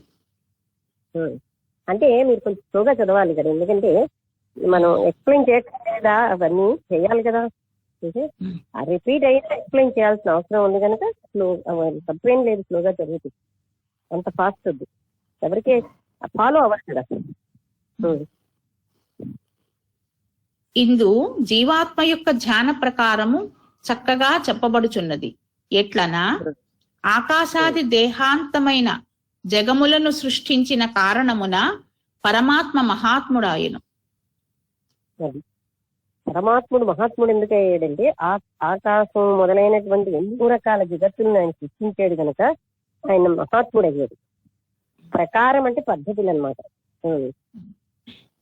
అతడు హృత్పుండరీకమున అంగుష్ఠమాత్ర పరమాణుడై ఉండినను చిత్ సదానందాత్మతో ఎవరికినీ కానరాడు. అది అంటే మన హృదయ కోశంలో అంగుష్ట మాత్రంలో ఉన్నా సరే ఆయన భౌతికంగా కనబడకుండానే ఉంటున్నారు. జన్మాది శూన్యుడైనను చరాచరాత్ముడై జగన్నియమమున దివారాత్రము ఉద్యుక్తుడై ఉండును. అది ఆయన కర్మలు మొదలైనవానికి లేకపోయినా ఈ మొత్తం ఈ దివారాత్రాలు దినము రాత్రి కూడా అన్నింటిలో ఉద్యుక్తుడై ఉంటారు. ఆయన ఆధారంగానే సమస్తము జరుగుతున్నాయి. ఆయన కర్మలే చెయ్యరు, కానీ అన్నింటికి ఆయనే రాత్రి పగలు కూడా ఆయన ఎప్పుడు ఎలర్ట్ గానే ఉంటారు. అప్పుడు జీవాత్మగా గోచరించును. కనబడ్డానికి అతడే జీవాత్మలాగా కనిపిస్తారు. అన్నమయాది కోశ పంచకము నుండి నిష్క్రాంతుడై జాగరూపుడై యుండును. నిష్క్రాంతుడు అలా అన్నమయాది పంచకోశముల నుంచి నిష్క్రాంతుడా? అవును మేడం, నిష్క్రాంతుడై జాగరూకుడై ఉండును. అది అంటే వాటి అన్నిటి నుంచి ఆయన ఏమి సంబంధం లేకుండా జాగరూకుడై ఉంటారు. క్రాంతదర్శి అయిన కవి పరబ్రహ్మమును సర్వాంతరాత్మగా సర్వాధికారిగా తలచును. అంటే అతను సర్వాధికారి, అంటే అంతా తెలుసుకున్నటువంటి కవి అంటే ఇక్కడ మళ్ళీ కవి అంటే జ్ఞాని, ఆయనే సర్వాధికారి అని తెలుసుకుంటారు. మేడం 7:22 అయిందండి, ఆపమంటారా? ఎందుకు ఇవాళ అంత ఫాస్ట్ గా చదివేస్తున్నారు? కంట్రోల్ పెట్టుకోకుండా అంత ఫాస్ట్ గా వద్దు. ఇది అలాగే. ఎలా అయినా నిజమైన జ్ఞానమే, అంత ఫాస్ట్ గా చెప్పకూడదు. ఎందుకంటే నేను రిపీట్ అయిన సెంటెన్స్ కూడా ఎందుకు చెప్తున్నానంటే, అతను కూడా అన్నిసార్లు రిపీటెడ్ గా ఎందుకు చెప్తున్నాడంటే, ఈ జ్ఞానం అలాంటిది. ఎన్నిసార్లు తెలుసుకున్నా మళ్ళీ మళ్ళీ మనం వదిలేస్తూ ఉంటాం కనుక ఆ యోగుల లక్షణాలు అవి అన్నిసార్లు రిపీట్ చేస్తున్నారు. ఎలా పరిశ్రమ తత్వాన్ని అలాగా రిపీట్ చేస్తున్నారు అన్నమాట. ఎందుకంటే ఇది తెలుసుకుంటుంది మర్చిపోతూ ఉంటాం. ఇవాళ మనకి క్లియర్ గా ఏం చెప్పారు, పరబ్రహ్మ తత్వము యోగి లక్షణాలు అనే దాన్ని కంటిన్యూ చేస్తున్నారనమాట. అంటే ఎలాగా ఈ జగత్తంతాను అతనే వ్యాపించున్నాడని, ఆ పరబ్రహ్మ తత్వం నుంచి జగత్తు ఉద్భవించిందని, సత్యము అసత్యము కూడా ఆయనే అయి ఉన్నాడని అనేది ఎవరైతే దీన్ని దాటుతారో బద్ధులు కాని వాళ్ళకి అవి తెలుస్తుంది. ఇందులో బద్ధులైన వాళ్ళని వాళ్ళకి ఎప్పుడు కూడా ఈ సంసార తాపత్రయాలలో, అంటే ఈ ఇంద్రియ స్నేక్స్ తో పోల్చారు మామూలుతో. ఇంద్రియాలేమో ఆయా రంధ్రాల నుంచి బయటకు వచ్చి అవి అనుభవిస్తూ అదే బాగుందని జీవిస్తూ ఉంటారు. ఎవరైతే దాని నుంచి అధిగమించారో, అంటే ఎవరికైతే నిజమైన వైరాగ్యం వచ్చిందో వాళ్ళు మాత్రం జ్ఞానం వైపు వెళ్ళి ఆ జ్ఞానాన్ని తెలుసుకోగలుగుతారు. ఎంత గొప్ప గురువైనా ఆ బోధ చెప్తే వీళ్ళలో మోహం ఉన్నంత కాలం వాళ్ళు బద్ధులుగానే జీవిస్తారు. వీళ్ళు ఆ మోహాన్ని పెంచుకున్నప్పుడే ఆ జ్ఞాన బోధ అనేది పొందగలరు. అందుకోసమే మనం ఏంటంటే గురువు గొప్పవాడు దొరికినంత మాత్రంలో వాళ్ళు గొప్పవాళ్ళు అయిపోరు. ఎవరి ఎంతటి వాళ్ళు కృషి చేయాలి. అందుకే సన్యాసి ఉన్నటువంటి వాడు కూడా అలాంటి వాళ్ళ సాంగత్యంలో ఉండకూడదు. ఎందుకంటే భోగులు మొదలైన వాళ్ళ సాంగత్యంలో ఉన్నప్పుడు వాళ్ళకి టెంప్టేషన్స్ వస్తాయి, మేమే రాంగ్ చేస్తున్నామేమో అన్నట్టు. అందుకని ఆ సాంగత్యాలు చాలా జాగ్రత్తగా మనం ఎంచుకోవాలి. గృహస్థులైనా ఇంట్లో ఉన్నటువంటి స్త్రీలైనా సాంగత్యాలని మనం జాగ్రత్తగా, సాంగత్యం మహిమ చాలా ఉంటుంది. మనం ఏమనుకుంటాం, చిన్నపిల్లల మీదే ఉంటుంది, మన మీద ఉంటుంది. అందుకని ముఖ్యంగా సంగతిని వదిలేస్తాడు యోగి. దేంతో, శరీరంతో, అన్నిటితోటి సంగతిని వదిలేసి కర్తృత్వ భోక్తృత్వాలను వదిలేస్తాడు కనుక ఆయనకి ఏమి అంటవు. ఆయన మంచి పని చేస్తే గొప్పవాడని, చెడ్డ పని చేస్తే తక్కువవాడని అనడానికి అటువంటివి ఏవి ఆయనకి అంటవు. అందుకోసమని వాళ్ళు పరబ్రహ్మతత్వాన్ని ఎరిగినటువంటి బ్రహ్మలో తెలుసుకున్నటువంటి వాళ్ళు ఏ పని చేసినా సరే అది వారికి అంటదు. వాళ్ళు ఎప్పుడూ ఉన్నత స్థాయిలోనే ఉంటారు, అంటే పరబ్రహ్మతత్వంతోనే. అందులో లీనమై ఉండడం వల్ల వాళ్ళు ఎందులోని వాళ్ళకి అంటే ఆకర్షితులు అవరు. ఇది మనం ఇంతవరకు నేర్చుకునేవి. కొన్నిసార్లు, చాలా ఎక్కువ సార్లు యోగుల యొక్క లక్షణాలను మళ్ళీ మళ్ళీ రిపీట్ చేశారు. ఎందుకంటే వాళ్ళకి ఏమీ అంటదు. వాళ్ళేమో ఎప్పుడూ కూడా ఇలాంటి పనుల్లో చేసిన పనుల యొక్క కర్తృత్వం ఆయనకి, అంటే గొప్ప పని చేసాడని గొప్పవాడని, తక్కువ పని చేస్తే తక్కువ వాడని ఏమీ వాళ్ళకి అంటవు. తర్వాత మృత్యువు లేకపోవడం. ఎవరైతే నేను పరబ్రహ్మ స్వరూపాన్ని, ఆ పరబ్రహ్మ తత్వాన్ని తెలుసుకున్నవాడు పరబ్రహ్మే అయిపోతున్నాడు, ఆయనకు మృత్యువుని అధిగమించేస్తాడు. ఎవరైతే బద్ధులై ఈ మోహంలో ఉన్నవాళ్లే మృత్యు అన్నది ఉంటుంది. అంటే జీవులము అంటే ఇలాంటి ఇంద్రియ మనో నిగ్రహాలు లేకుండా వాటిలో భోక్తృత్వంతో ఉన్న వాళ్ళందరూ కూడా బద్ధులే, వాళ్ళకే మృత్యు అన్నది ఉంటుంది. అర్థమైంది కదా?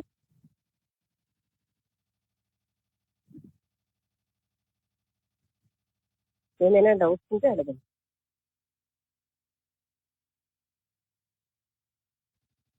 వినిపిస్తుంది మేడం. నమస్తే, నేను శాంతిశ్రీనమ్మా. అదే ఇప్పుడు ఈ బ్రహ్మత్వం పొందిన వాళ్ళు మహాపురుషులు ఏం చేసినా అది అంటదు వాళ్ళకి అంటున్నారు. అంటే వాళ్ళు తక్కువ కార్యక్రమాలు, తప్పు అసత్యాలు ఇలాంటివి ఎందుకు చేస్తారమ్మా? చేయరు కదా. వాళ్ళకి అలాంటి కర్మ చేయవలసి వచ్చినా వాళ్ళకి పని దానితో కర్తృత్వం లేకపోవడం వల్ల ఏవి అంటారు. జనరల్గా చేస్తారా లేదా అని కాదు, అక్కడ చెడు లేదు మంచి లేదు. వాళ్ళు ఏ పని చేసినప్పుడు ధర్మ వ్యాధుడు మాంస వ్యాపారం చేసేది. ఆయనకి అది కులధర్మం. శిక్ష మాంస వ్యాపారం చేస్తున్నాడే అనేది ఆయనకి అంటదు. ఎందుకంటే ఆయన దాంట్లో కర్తృత్వ భోక్తృత్వాలు లేకుండా చేస్తున్నారు. అలాగే ఇంకా ఎంతో మంది వాళ్ళ యొక్క కుల వృత్తిని చేస్తున్నారు. అది ఎంత నీచమైన కుల వృత్తి అయినా వాళ్ళకి అది అంటదు. అదే అన్నమాట. అదే ఓకే అమ్మా, అది అర్థమైంది నాకు. అదే అప్పటి నుంచి ఈ బ్రహ్మత్వం పొందినప్పుడు ఆ పరమార్థత్వం వాళ్ళు తెలుసుకున్న తర్వాత ఇంకా వాళ్ళు తప్పు చేయటము ఇలాంటి ఏముంటాయా అని చెప్పేసి నాకు అప్పటి నుంచి డౌట్. అంటే వాళ్ళకి అంటదు. రాజుగా ఉన్న జనకుడు దండెత్తి ఎందరో చంపుతాడు, కానీ ఆయనకి అదేమీను అంటాం. రాజ్యాలు ఇప్పుడు మనకి త్రిపుర రహస్యంలో కూడా వచ్చింది కదా, ఆయన అంటే రాజు అయ్యి తర్వాత జ్ఞానం పొంది రాజ్యం ఏలుతాడు చాలా సంవత్సరాలు. ఆ రాజ్యం ఏలి శత్రువులను సంహరించి రాజ్య విస్తరణ చేసేది. ఆయనకి ఏ కర్తృత్వం లేకపోవడం వల్ల ఆయనకి ఏది అంటాం. ఓకే అమ్మా, అయితే అర్థమైంది. సంతోషం అమ్మా. తర్వాత ఈ పరమార్థత్వంలో సత్యము అసత్యము వెంటనే ఉంటాయి అని అన్నారు. అసత్యము కూడా పరమార్థత్వమే అని చెప్పేసి అన్నారమ్మా. అక్కడ కూడా చిన్న డౌట్ వచ్చింది నాకు.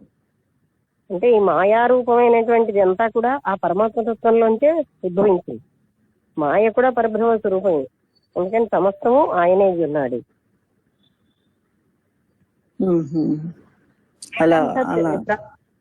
అన్నది ఒకటి, ఏకమేవ అద్వితీయం బ్రహ్మ. ఈ వాక్యాలు ఏం చెప్తున్నాయి? ఉన్నది ఒక్కటే పరమాత్మతత్వం, మరొకటి లేదు. మాయ అంటూ వేరేగా లేదు, అసత్యం అంటూ వేరేగా లేదు. అందులోంచి సమస్తం వస్తుంది. ఓకే అమ్మా, క్లారిఫై చేసిన సంతోషం. ఇంకా ఎవరైనా సందేహాలు ఏమైనా ఉంటే అడిగితే బాగుంటుంది, ఇతరులకు కూడా బాగుంటుంది.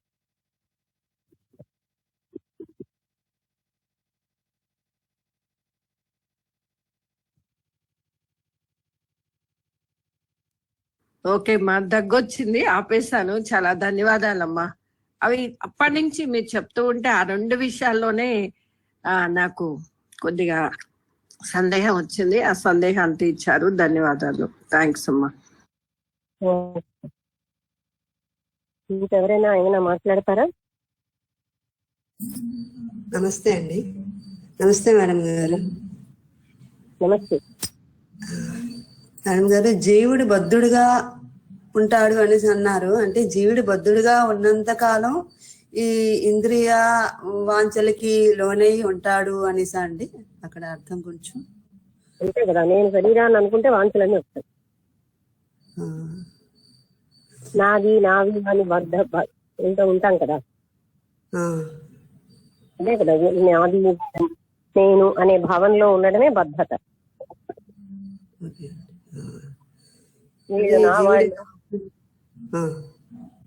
ఇవన్నీ బద్ధన అంటే బంధిస్తున్నాయి. మనకి బంధించిన వాళ్ళని బద్ధులు అంటారు. అంటే భావం వల్లే, ఆ భావంలో జ్ఞానం వచ్చే భావన మారిపోతుంది. ఈ భావనలన్నీ తొలగించుకున్నప్పుడు ఆయన కూడా ఎప్పుడైతే ఈ ఉన్నదంతా కూడా పరమాత్మే, ఆయన్ని పొందడం కోసమే నిరంతరం కూడా ఈ తపన అనేటువంటిది ఉంటే ఎప్పటికైనా సరే పరమాత్మను పొందొచ్చు అనేది అర్థమైందండి. బాగుందండి. నాకు ముందంతా కూడా సిగ్నల్ సరిగ్గా లేక లాస్ట్ 5 minutes వచ్చింది. ఆ లాస్ట్ 5 minutes మీరు చెప్పడం వల్ల కొంచెం అర్థమైంది. పరమాత్మని పొందడానికి మంచి గురువు దగ్గరికి వెళ్ళినా లోకాన్ని వదలలేని వాళ్ళు ఆ జ్ఞానం అవ్వదు, రాదు.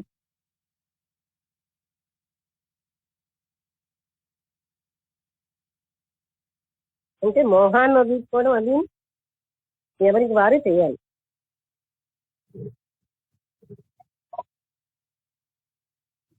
అది గురువులు చేయాలి.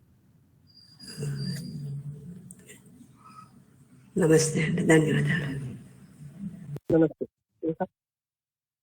హలో, నేను వసంత మాట్లాడుతున్నాను. హలో. హలో, ఇందులో ఒక మనము ఇప్పుడు చదివిన వాటిలో ఒక గీతా వాక్యం చదివాము, అది 9వ అధ్యాయంలో అదే వాక్యం, మత్స్థాని సర్వభూతాని నచాహం తేష్వస్థితః ఉంది కదా. అందులో అర్థము మత్స్థాని సర్వభూతాని అంటే నాలో అన్ని జీవులు ఉన్నాయి, నచ అహం తేషు అవస్థితః నేను మాత్రం వేట్లోని లేను అని అర్థం రాసింది. నేను మాత్రం వేట్లోని లేను అంటే అర్థం ఏమిటి? ఆయన ఏమి పరిమితంగా లేడు. ఎక్కడ నాకు ఇందులో ఉన్నాను అందులో ఉన్నాను అనే భావంతో ఆయన లేడు. ఆయనలో సమస్తం ఉన్నాయి. మరి నేను మాత్రం ఎందులోని లేను అంటే మరి దానికి సరిగ్గా ఆపోజిట్ అర్థం వస్తుంది. నేను మాత్రం లేను అంటే ఇది నేను అని ఫీలింగ్ లో ఆయన లేడు. ఆయనలో సమస్తం ఉన్నాయి, కానీ ఆయన దేనికి పరిమితంగా లేడు.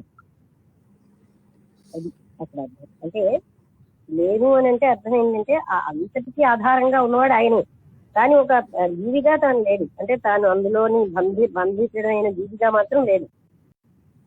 తనలో సమస్తం ఉన్నాయి.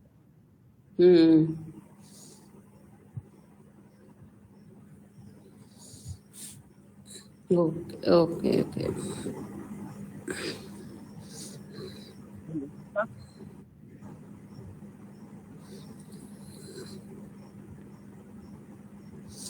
అంటే అది పరిమితత్వం అనేది సెన్స్ లో మనం అది తీసుకోవాలి.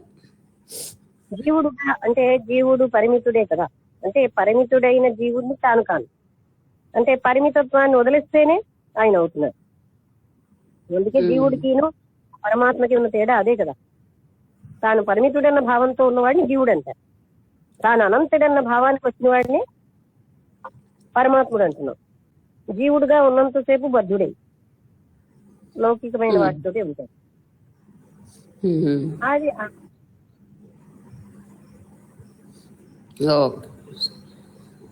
సరే, ఓకే ఓకే. అదే నాకు కూడా అదే అర్థమైందమ్మా. తర్వాత క్లారిఫై అయింది. మీరు జీవుల్లో ప్రతి జీవిలో పరమాత్మత్వం ఉంటుంది అన్నారు, కానీ పాప పుణ్యాలు నాకు అంటవు అని చెప్పేసి పరమాత్మ తత్వం చెప్పినట్టుగా మన కింద చెప్పారు. అప్పుడు నాకు అర్థమైంది. అంటే ఏంటి, అనంతమైన పరమాత్మత్వం ప్రతి జీవిలో ఉంటుంది, బట్ ఆ జీవి చేసే పాప పుణ్యాలు ఏవి కూడా ఆ ఆత్మతత్వానికి పరమాత్మత్వానికి అంటదు అని చెప్పారు. అక్కడ కూడా నాకు వెంటనే అది ఓహో అని చెప్పేసి నాకు అర్థమైందమ్మా. అట్లప్పుడు మీరు ఇప్పుడు క్లారిఫై ఇచ్చిన తర్వాత వసంత గారికి ఇంకా క్లారిటీ వచ్చింది.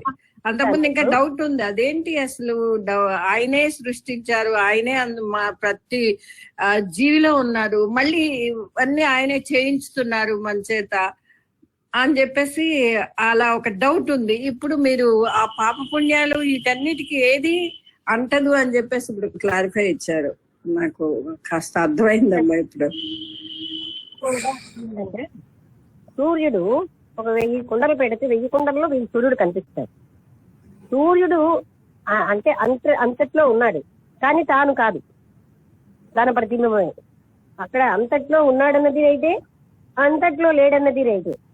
అర్థమైందా ఈ పాయింట్? అవునమ్మా, పాయింట్ బాగుంది మీరు ఉదాహరణ చెప్పటం. కరెక్ట్ కూడా పరబ్రహ్మం అంతటా ఉన్నాడు, అంతటా లేడు కూడా.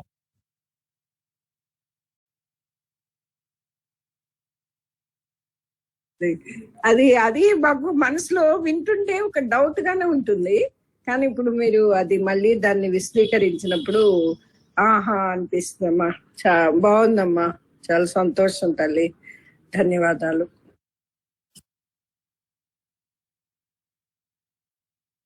ఇంకెవరైనా అడుగుతారా?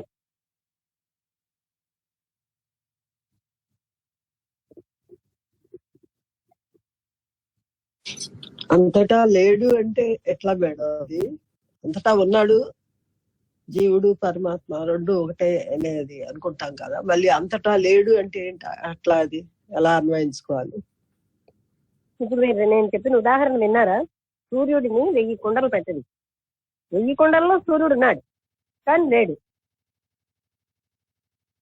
అవునా మేడం? నమస్తే అండి.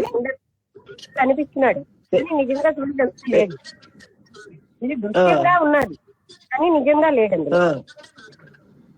దృశ్యంగా ఉన్నాడు నిజంగా లేడు. ఓకే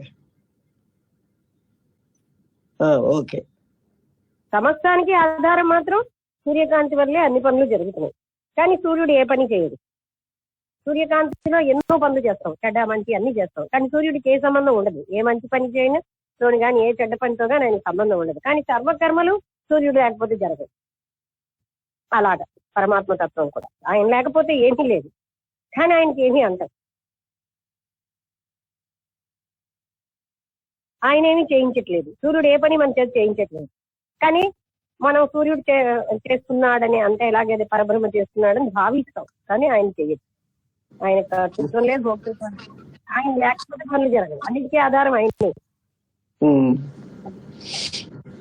సరే, బాగుంది. Thank you. నమస్తే అండి. అంటే మేడం గారు, మేము చేసిన కర్మల బట్టే ఈ పనులన్నీ కూడా జరుగుతూ ఉంటాయి అనేసి అర్థమా అండి? ప్రతి పని కూడా ఏ పని? అదే ఉదయం లేచిన దగ్గర నుంచి రాత్రి వరకు కూడా ఏది చేస్తున్నా కూడా, ఏ పని చేస్తున్నా, ఏదైనా సరే, ఇప్పుడు ఒక మంచి ఏదైనా ఒక విషయం మాట్లాడుతున్నా, ఏదైనా బయటికి వెళ్ళి ఎవరిదైనా సంభాషణ చేస్తున్నా, ఇలాంటి విషయాలన్నీ కూడా పరమాత్మ ఇచ్చినటువంటి వాక్ని, అంటే ఇది కూడా ఒక కర్మ ప్రకారమే అంతా కూడా జరుగుతుందండి. మా నోటంటే వచ్చే ప్రతి వాక్యం, చేస్తున్నటువంటి ప్రతి పని, ఇదంతా కూడాను అది జరిగిన ఈ జన్మ మనం ఉత్తినే కూర్చోడానికి రాలేదు. పురుష ప్రయత్నంతో మనకి నచ్చని వాటి నుంచి బయటపడవచ్చు. అది యోగ వాసిష్టంలో చెప్పబడింది. మనకి గత జన్మ ప్రకారం పాపకార్యాలు చేయవలసిన పురుష ప్రయత్నం వల్ల వాటిలోంచి అధిగమించగలం, బయటపడగలం. అందుకని ఈ జన్మలో కేవలంగా మాకు ఇలా విధించింది అందుకే జరుగుతున్నది అంటే కూర్చుంటున్నామేంటి?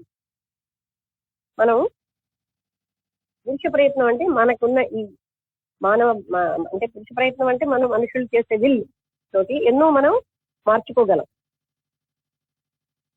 అన్నిటికంటే పురుష ప్రయత్నమే ముఖ్యం అనిపిస్తున్నారు. విల్ వల్ల జ్యోతిష్యం కూడా మార్చుకోగలం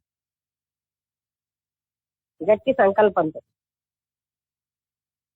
అప్పుడు ఏదో చాలా మంది బద్దకస్తులు ఎలా చెప్తారు, నా విధిలో రాసింది నేను ఇలాగే ఉంటాను అంటే, అలాగ వాళ్ళకి ఇంకా అంటే మారాలని ఉండదు. అలా కాదు, మనకి చెడు కర్మలు చేయాల్సిన వాటిని కూడా మన విల్ పవర్ తో, అదే పురుష ప్రయత్నం, మార్చుకోవచ్చు. చెడు కర్మలు చెయ్యవలసిన పరిస్థితి వచ్చి అందులోంచి బయటపడగలం. మనలో కానీ ఆ విల్ పవర్ ఎక్కువగా ఉంటుంది. అర్థమైంది అయిపోయింది? అర్థమైంది మేడం, అర్థమైందండి. నమస్తే అండి.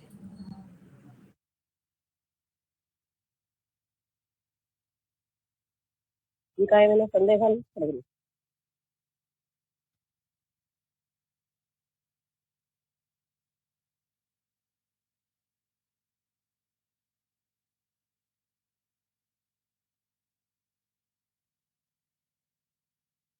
ఈ జ్ఞానం ఎలా ఉంటుందంటే జాగ్రత్తగా విఫలమైనటువంటి అంటే అంతరంగ పరిస్థితి వస్తున్న కొద్ది బాగా అర్థమైపోతూ ఉంటుంది.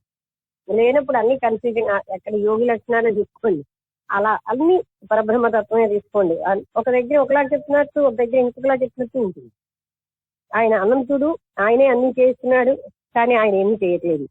అలాంటివన్నీ క్వైట్ ఆపోజిట్ గా ఉంటాయి. మూమెంట్స్ అన్ని పనులు చేయడానికి శక్తి అక్కడి నుంచే వస్తుంది, కానీ ఆయన ఏం చేయదు. ఎలక్ట్రిసిటీ వల్లే ఫ్యాన్ తిరుగుతుంది, లైట్ వెలుగుతుంది. కానీ ఫ్యాన్ తిరగడం అనేది, లైట్ వెలగడం అనేది ఎలక్ట్రిసిటీకి సంబంధం లేదు. అది మనం అర్థం చేసుకుంటే అప్పుడు అది అర్థం అవుతుంది.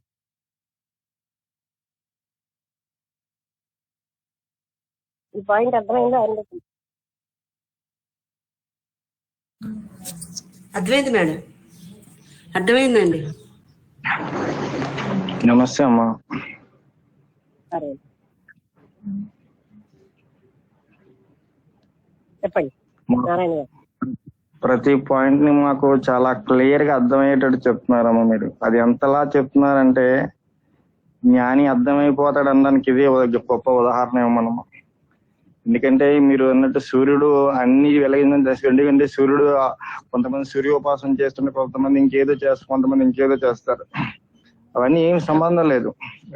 ఎలక్ట్రిసిటీకి ఏం సంబంధం, ఫ్యాన్ వేసుకుంటున్నాం, లైట్ వేసుకుంటున్నాం, ఏం సంబంధం లేదు. అలాగే పరబ్రహ్మం అన్నిటికీ కారణమైనప్పటికీ కూడా అంటే మనం చేసేటువంటి కార్యాలతో అందుకు నిమిత్తం లేదు. మీరు అన్నట్టు మనకి యోగ వాసిష్టంలో వైరాగ్య ప్రకరణం తర్వాత పురుష ప్రయత్నం అనేది చాలా గొప్పదమ్మా. అంటే చాలా మంది ఏం చేస్తారంటే నా గతి ఇంతే, నాకు భగవంతుడు ఇలాగే రాశాడు అని చెప్పి మనం అంటాం. కానీ సత్పురుషులకు దర్శనం స్పర్శనం చేత, ఎందుకంటే మన బాబా గారు సత్యరతలో కూడా చూస్తామమ్మా. అంటే మనకి ఏం చేస్తారంటే రఘునాథ్ టెండూల్కర్ వాళ్ళ అబ్బాయిని తీసుకొని వస్తే ప్రఖ్యాత జ్యోతిష్కుడు చెప్పాడు, ఈ సంవత్సరం ఈ అబ్బాయికి ఎంబీబీఎస్ పరీక్షలు రాయించొద్దు అని చెప్పేశారు. అమ్మ అలా ఉంచి మీరు పరీక్షలు రాయించండి, నేను చూసుకుంటూ ఉంటాడు ఆయన. ఆ తర్వాత ఆయన ఎంబీబీఎస్ ఫస్ట్ క్లాస్ లో పాస్ అవుతారు. అంటే మీరు అన్నట్టు ఆ పురుష ప్రయత్నం చేత మనం దేన్నైనా సాధించవచ్చు. అదే చాలా ముఖ్యం అమ్మ. అంటే సత్పురుషులకు దర్శనం చేత, స్పర్శనం చేత, భాషణం చేత, సజ్జన సాంగత్యం చేత మనలో ఏవైతే పూర్వజన్మలు ఏవైతే దోషాలు అయితే ఉన్నాయో అవన్నీ కూడా నివృత్తి చేసుకోగలవని మీరు ప్రతి వాక్కులో స్పష్టంగా చెప్తున్నారు తల్లి. అలాగే ఈ రోజు అంటే స్టార్టింగ్ నుంచి క్లాస్ అంటే మనలో ఏంటంటే దోషాలు అయితే ఉన్నాయో బ్రహ్మజ్ఞానానికి అందుకోవడానికి ఏవైతే అడ్డో అవి క్లారిటీ చెప్పారు. ఎందుకంటే మనకి ఎంత గొప్ప గురువు లభించినా మన విషయ సుఖాల పట్ల వైరాగ్యంగానే లేకపోతే ఆ జ్ఞానం అనేది మనకు అందదని గొప్పగా చెప్పారంటే ఇంద్రియాలని విష సర్పాలతో పోల్చేయడం. అంటే జీవుడిని ఇంద్రియ భోగాలు అనేటివి అనేక రకాలుగా ఇబ్బంది పెడుతూనే ఉంటాయి. వాటి మీద పూర్ణ వైరాగ్యం రాకుండా ఈ జ్ఞానం అనేది ఉండదు. అంటే నువ్వు ఎంత గొప్ప గురువు లభించినా ఇది అసాధ్యం. అది కరెక్ట్ గా చాలా క్లారిటీ, అంటే ప్రతి విషయాన్ని సనజ్జాతీయుల వారు చాలా క్లారిటీ చెప్తున్నారమ్మా. అలాగే ఏకమేవ అద్వితీయం బ్రహ్మ, అంటే ఉన్నదంతా ఒక్కటే అన్నటువంటి విషయాన్ని మరోసారి బాగా చెప్పారు. అలాగే నెంబర్ ఆఫ్ టైమ్స్ ఆ యోగులు మాత్రమే పరమాత్మని దర్శించగలరు. అందుకే భగవద్గీతలో అర్జునుడు కూడా ఓ అర్జున నువ్వు యోగిగా అంటాడనమాట. అంటే యోగి అవ్వడం అంటే తామరాక మీద నీటి బొట్టి ఎలా అయితే ఉంటుందో అంటే అన్ని అహంకార మమకారాలని సమస్తం త్యజించినటువంటి వాళ్ళే యోగులు. అంటే అనేక మంది యోగులను మనం చూస్తుంటాం. అందుకే యోగికి పరబ్రహ్మకి పరమాత్మకి తేడా ఏం లేదమ్మా. అలాంటి జ్ఞానాన్ని ఎవరైతే అందుకుంటారో వాళ్ళు మాత్రమే ముముక్షత్వాన్ని పొందగలరని చెప్పి చాలా క్లారిటీగా చెప్పారమ్మా. అలాగే మొన్న కూడా నేను ఒక చిన్న రాంగ్ గా మాట్లాడితే అంటే సజ్జన సాంగత్యం కేవలం లభిస్తే కాదు నారాయణ గారు, దాని మీద పరిపూర్ణమైనటువంటి తీవ్రమైనటువంటి ముముక్షను పొందాలి, అంటే ఆ జ్ఞానాన్ని పొందాలనే తపన ఉండాలి. తపన లేకపోతే కేవలం అంటే మనకేది గురువు లభించినంత మాత్రాన మనకేమి రాదనే విషయాన్ని ఈరోజు చాలా క్లారిటీ చెప్పిందాం ఇక్కడ. కాబట్టి ఇలాంటి గొప్ప జ్ఞానం మా ముందుకు వస్తుందంటే మాలో ముందు ఏవైతే లోపాలు అయితే ఉన్నాయో అవి ఇంకా మేము బాగా సవరించుకుంటే, ఎందుకంటే ఈ జ్ఞానం ఇది మనకేం చేస్తుంది, ప్రపంచం కనిపించినటువంటి పరమాత్మ కనిపించింది ఉందంటున్నాం, కనిపించింది లేదంటున్నాం. కాబట్టి ఇలాంటి గత 8 నెలల నుంచి మీరు చెప్పినట్టు ఈ జ్ఞానం వినటం వల్ల మాకు చిన్న చిన్న సందేహాలు వచ్చినా సరే దాన్ని మీరు ఎంతో ప్రేమతో, ఎంతో జ్ఞానంతో, ఎంతో ఓర్పుతో దాన్ని మాకు అందిస్తున్నారమ్మా. అంటే ఇలాంటి జ్ఞానం మాకు ఎక్కడికి వెళ్ళినా దొరకదమ్మా. అది నేను బల్లగుద్ది చెప్పగలను. ఎందుకంటే నేను 25 సంవత్సరాల నుంచి నా అన్వేషణలో ఇలాంటి గొప్ప జ్ఞానాన్ని నేను ఎక్కడా చూడలేదు. ఎందుకంటే అనేక ఆశ్రమాలు తిరిగాను, ఎక్కడ నాకు లభించలేదమ్మా. అంటే కేవలం ఈశ్వర కృప చేత ఇలాంటి రోజుల్లో మీ యొక్క స్పర్శనం, దర్శనం, భాషణం ఇలాంటి జ్ఞానాన్ని నిండేటువంటి మహాభాగ్యం మాకు కలిగిందమ్మా. ఇలాంటి గొప్ప జ్ఞానాన్ని అందించినటువంటి మీకు శతకోటి నమస్కారాలు. గురువం తత్సత్. నేను ఇంకోటి ఏంటంటే సత్పురుషుడి మీద గురి లేదనుకోండి, విశ్వాసం లేకపోయినా పని జరగదు. అది నిజమమ్మా, రైట్, అంతే. విశ్వాసం లేకపోయినా అవ్వదు.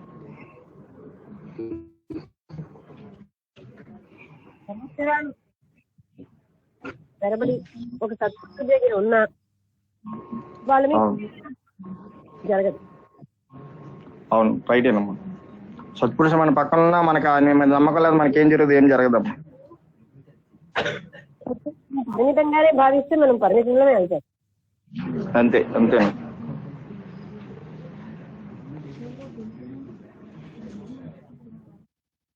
ఎందుకంటే ప్రపంచంలో ఎందరో సత్పురుషులు పక్కన ఉన్న వాళ్ళకి తెలియదు.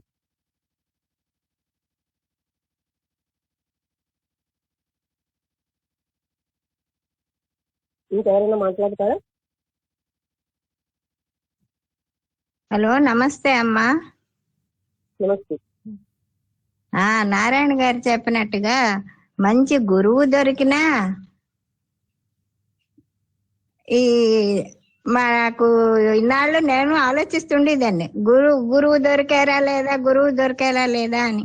ఇప్పుడు మీరు చెప్పినవి విని నారాయణ గారు ముందు అన్నట్టుగా వింటే గురువు దొరికినా గురి ఉండాలి, దాని మీద మాకు ఎక్కువగా దాని మీద సాధన చేసే యోగం ఉండాలి. ఉంటేనే గురువు దొరికిన ఫలితాన్ని మాకు దొరుకుతుంది, లేకపోతే అది కూడా మేము కోల్పోవలసి వస్తుందని అర్థమైందమ్మా. ఈసారి నాడు గురువు దొరకలేదని విచారించాను, కానీ గురువు దొరికినా దాన్ని నిలబెట్టుకునే స్థితి మాలోని కూడా ఉంటేనే అది రాణిస్తుంది అన్న సంగతి బాగా మీ ప్రవచనాల వల్ల అర్థం అవుతున్నది. ఏదైనా సాధన చెయ్యాలి అన్నా గురువు మీద గురుండి దాని వైపుకి మనస్సును మళ్లించుకోగలిస్తేనే మేము అందులో కృతకృత్యులం అవ్వగలుస్తాం, లేకపోతే చాలా కష్టం అని బాధపడిందమ్మా. అంటే మనకి గురువు దొరకడం కష్టం కాదు, అసలు ఆ గురువుని నమ్మం మనం. నమ్మకం లేనప్పుడు పనిచేయదు. అలాంటి వాడే కదా సమకాలికులు వచ్చి నమ్మరు చాలా మంది. అందుకే కేజీ బాబాని, కృష్ణుణ్ణి, రాముణ్ణి గొప్పవాళ్ళుగా వాళ్ళు సమకాలికులు ఎవరు గుర్తించలేదు. రాముణ్ణిగా, కృష్ణుణ్ణి 6 మహర్షులు తప్ప వీళ్ళు భగవద్ అవతారం అని గుర్తించలేదు సమకాలికులు. అలాంటి వాడే కదా ఏంటో చెప్తున్నా. ఇప్పుడు నేనేం చెప్పినా ఇంట్యూషన్ లేని వాళ్ళకి ఎలా ఉంటుందంటే వీడు ఇంటలెక్ట్ తో ఏదో బుద్ధి కుశలతో చెప్పేసుకోండి అనుకుంటారు. అంటే వాళ్ళు పితరుల్ని ఉందని ఊహించలేరు. అందుకని వాళ్ళు ఎప్పుడు కూడా ఏ వాక్యాన్ని పాటించలేరు. మాకంటే ఎక్కువ తెలివితేటలు ఉంటాయేంటి అనే అహంకారంతో ఉంటారు. ఎవరికి ఉండవు, మాకే ఉంటాయి. ఓ గురువు దగ్గరికి వెళ్ళినా ఆ గురువుకి ఏమో అందరూ ఇతన్ని పట్టుకుని వేలాడుతున్నారు కానీ ఇతనికి ఏమైనా ఉంది ఏంటి అనుకుని ఆలోచిస్తాడు అహంభావి. ఇలాగా కోల్పోతారు వాళ్ళు, అక్కడున్న గొప్పతనం పొందలేదు. యద్భావం తద్భవతి, ఎలా ఆలోచిస్తే వాళ్ళకి అది దొరుకుతాయి. అవునమ్మా. అంటే రోజుకు ఇవాళ నా అదృష్టం బాగుందమ్మా, సిగ్నల్స్ ఉన్నాయి, ఇంత మంచి వాక్యాలను వినే అదృష్టం ఉంది ఇవాళ. నా దగ్గర పిల్లలు ఏమో ఆడుకొస్తాను ఇంకా వచ్చేవారు. అప్పుడు విజయనగరంలో ఆడుకునేవాళ్ళు. వాళ్ళకేమో ఆడుకునేటటువంటి ఒక వ్యక్తి అనేది తెలుసు, కానీ అంతే వాళ్ళ భావం బట్టి అదే. అలాగే ఇంకా కొంతమంది ఏవైనా సమస్యలు పరిష్కరిస్తారని అలా వచ్చేవారు. అంటే ఎవరి భావాన్ని బట్టి అది. ఎవరో కొందరే జ్ఞానం కోసం వచ్చేవారు, వాళ్ళు జ్ఞానం పొందేవారు. ఎవరి స్థితిని బట్టి వాళ్ళకి వస్తుంది. మరి నేను అదే స్కూల్లో చదువుతూనే అక్కడ వాళ్ళకి తెలియదు. అంటే మిగతా అదే ఇంట్లో ఎందరో వస్తూ ఉండేవారు జ్ఞానం పొందాలని కాలేజీలో చదువుతున్నప్పుడు. అంటే వాళ్ళకి గ్రహించారు కనుక వాళ్ళకి పొందేరు, వీళ్ళకి అది అక్కర్లేదు కనుక ఇది పొందలేదు. అంటే మనని బట్టే మనకు అన్ని లభిస్తాయి, మనకి ఎంత గురి ఉంది అని. అవునమ్మా, అది అర్థమైంది. మిరాకిల్స్ చేసేవాడు గురువు కాదు. అంటే ఏదో అద్భుతమైన చేస్తేనే నాకు నువ్వు నిజమైన వాళ్ళు అనిపిస్తావు అనేది చాలా రాంగ్. అలాంటివి సాధారణంగా నిజమైన మహాత్ములు ఎక్కువగా అది చెయ్యరు. ఎందుకంటే వాటితో అట్రాక్ట్ చేయడం దవచ్చి చెప్తారు. సిద్ధులు వేరు, ఆత్మజ్ఞానం వేరు. సిద్ధులతో అట్రాక్ట్ అవుతే లాభం లేదు. మీరు ఆ లోపల తత్వాన్ని పూర్తిగా విప్పి చెప్తున్నారు కాబట్టి ఇంతలాగా అర్థం అవుతున్నదమ్మా. లేకపోతే ఇవన్నీ బోధపడడం చాలా కష్టం. ఏ పుస్తకాలు చదివేసినా, ఎవరు వెనకాతలు తిరిగేసినా అసలు అర్థం అవ్వదు. ఈ లోపల తత్వాన్ని ఇంతలా చూపిస్తూ ఒకవేళ మేము రాంగ్ చేస్తే ఇది రాంగు, దీన్ని ఇలా కాకుండా ఈ దృష్టితో చూడాలి అని సరిదిద్దుతున్నారు కాబట్టి కొంచెమైనా ఏదో చిటికిడంతా తెలుసుకోగలుస్తున్నాం. కానీ లేకపోతే కష్టమేనమ్మా తెలుసుకోవడం. అనంతమైన సాగరంలో చిన్న నీటి బొట్టులాగా గ్రహింపుకి వచ్చింది. మీరనే 9 నెలల నుంచి అలా గొంతు చించుకొని మేమందరం బాగుపడాలని అంత దీనిగా చెప్తూ ఉంటే కృపతో మాకు ఇది ఒక నీటి బిందువు అంతేనా అంటింది. దానికే మేము సంతోషించాలి. ఇంకా ఉన్నది మేము సాధన చేసుకొని ఇంకా ఇంకా పైకి రావాలని ఆలోచించుకోవాలి తప్పించి మీరు చేయవలసినంత చేస్తున్నారు. మేము పొందలేకపోతే ఇది మా దురదృష్టమే అవుతుంది. కీర్తికాంక్ష ఉన్న వాళ్ళకి నేను ఎలా కనిపిస్తానంటే కీర్తి కోసం నేను చేస్తున్నానని. ఎవరిని బట్టి వాళ్ళకి అలా కనిపిస్తాం. యద్భావం వాళ్ళ కీర్తికాంక్ష ఉంటుంది కదా, మనం చేసే పని కూడా కీర్తి కోసం చేస్తూనే ఉంటుంది. అంటే చూసే వాళ్ళు అదే చూస్తారు, ఇంకోటి చూడలేరు వాళ్ళు. అంటే ప్రొజెక్ట్ అవ్వాలి 10 మందిలో. అలాంటి మైండ్ ఉన్న వాళ్ళకి ఎదుటి వాళ్ళు అలాగే కనిపిస్తారు. జ్ఞాన తపన ఉన్న వాళ్ళకి వేరేగా. ఇప్పుడు చిన్నప్పటి నుంచి మహాత్ములే గొప్ప అని గ్రహించినటువంటి ఇంకా ఏం కీర్తి కావాలి? అంత చేత పొగడబడవలసిన అవసరం ఏమీ లేదు కదా. అసలు ఎప్పుడు మహాత్ములు పొగడక్కర్లేదు. కానీ ఆ మహాత్ములే భగవద్ అనుగ్రహంతో సాంగత్యం వచ్చింది. వాళ్లే నేను వచ్చిగానే మంచి సత్సాంగత్యం దొరికిందంటే ఉండేవారు. మరి అటువంటిప్పుడు ఇంకా కీర్తికాంక్ష ఎలా ఉంటుంది అంటే గ్రహించిన వాళ్ళు గొప్పవాళ్ళు. అంతేగాని ఎప్పుడు ఒకలాగే ఉంది నా స్థితి. అది ఇక్కడ చెప్పేది ఏంటంటే ఎలా చూస్తే వాళ్ళకి అలాగే కనిపిస్తారు. ఇప్పుడు వాళ్ళు ఆ సమయానికే నడతాడతారు. అది వాళ్ళకి అలాంటి అనుభూతి లేని వాళ్ళకి అది ఎలా జరుగుతుంది, అదేదో చెప్తుంది అనుకుంటారు. అది నాకు నిరంతరం ఆ సమయానికే రివీల్ అవుతాయి. అంటే అందరూ వినే వాళ్ళకి యోగ్యతను బట్టి అప్పుడు నాకు తెలుస్తూ ఉంటాయి. ఇదంతా అనుభవించి నాకు రెడ్డి శాస్త్రి గారు ఉండేవారు. నేను కొన్ని అనుభవించాను కనుక నువ్వు చెప్పిన సత్యాలను నేను నమ్ముతున్నాను అనేవారు. అనుభవిస్తే గానీ అది అర్థం అవ్వవు, సత్యం అని తెలియదు. ఇప్పుడు గాలి, నీరు, సూర్యరశ్మి అందరం అనుభవిస్తున్నాం కనుక అది సత్యం అని అందరికీ. కొన్ని విషయాలు కొందరు అనుభవించలేరు. అలాంటప్పుడు వాళ్ళు అనుభవించినంత మాత్రంలో సత్యాలనే భావిస్తూ ఉంటారు. అంటే ఇక్కడ నేను చెప్పేది ఏంటంటే నేను కూడా నిమిత్త మాత్రమే. ఆయన ఎవరో ఒక ఉపకరణంగా ఒక పనిముట్టుగా తీసుకుని చేస్తాడనమాట. అన్ని అందరికీ ఎవరికి ప్రాప్తం. మరి వచ్చిన వాళ్ళలో కూడా ఎవరో కొంతమందే వస్తున్నారు, ఇన్ని వేల మంది ఉంటే. అంటే అది కూడా ఆ ప్రాప్తమైన వాళ్ళే. తత్వ విధానంద లాంటి అమెరికా వెళ్ళి కూడా లెక్చర్స్ ఇస్తారు, మొత్తం కంట్రీస్ వెళ్ళి అన్ని రకాలు తీర్చి రాసినటువంటి ఆయన లెక్చర్కే 30 మంది 40 మంది వస్తున్నారంటే అంటే తత్వం పట్ల ఆసక్తి చాలా తక్కువ మందికి ఉంటుంది. పురాణాల పట్ల, కథల పట్ల ఆసక్తి ఎక్కువ మందికి ఉంటుంది. అవునమ్మా.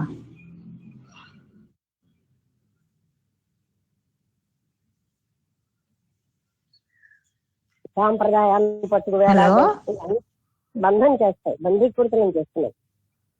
మనం ఏది పట్టుకు వెళ్ళాలన్నా బంధమే. బంధాన్నే కండిషనింగ్ అంటున్నారు. బంధీకృతం చేస్తాయి అన్నమాట. ట్రెడిషన్ కూడా మన బంధంలో పడేస్తుంది.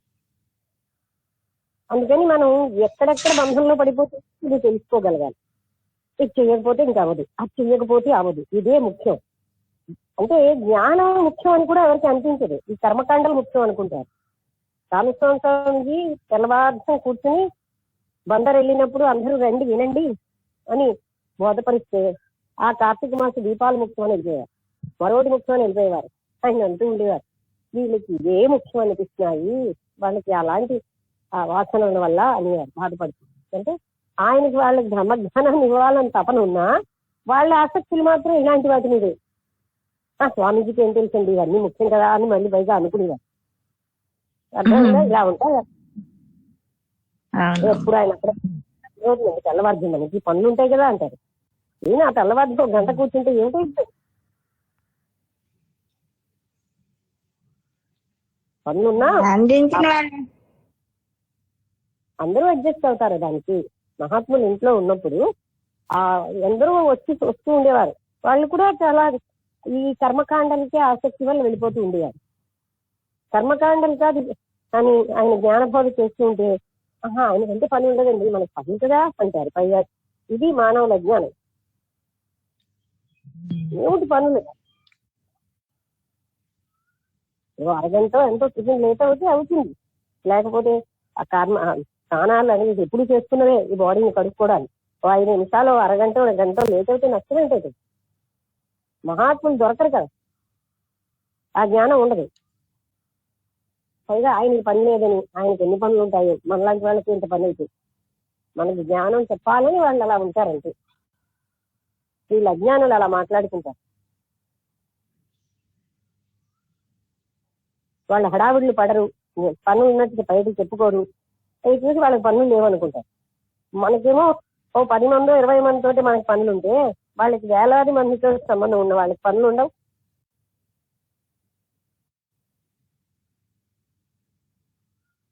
అంటే ఎవరి ప్రాప్తాన్ని బట్టే వాళ్ళకి వస్తాయి. డైరెక్ట్ గా మహాత్ముడు ఇంట్లో కూర్చున్నా పొందలేకపోతున్నారంటే అది అర్థం. ఆయనకి అక్కడ ఉన్న వైశ్యాసుందులు తరించాలని లక్ష్మి వస్తే మంచి డిస్కషన్ వస్తుంది, కూర్చోండి నమస్కరించడానికి లేదు స్వామి, షాప్ తెరవాలి అని వెళ్ళిపోతున్నారు. ఆ షాప్ తెరవడమే వాళ్ళకి ముఖ్యం. ఈ జ్ఞానం ఆయనకి ముఖ్యం, వాళ్ళకి ముఖ్యం కాదు. మరి అందుకే సరే అందరూ అది పొందలేరు. వాళ్ళ మోహాలు బంధాలు పోయితే గానీ ఆ సత్పురుషుల్లో ఉన్న జ్ఞానాన్ని వీళ్ళు పొందలేరు. అందించే వాళ్ళు ఉన్నా అందుకోలేని పరిస్థితిలో ఉంటున్నాం మేము.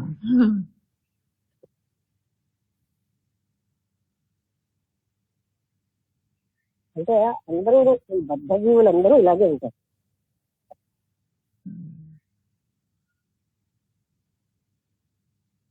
అవే ముఖ్యం. అవి ఒక్కరోజు కొంచెం లేట్ అయితే ఏమి నష్టం అయిపోయింది, కానీ అవే ముఖ్యం అనే తాపత్రయంలో జీవిస్తారు అందరూ.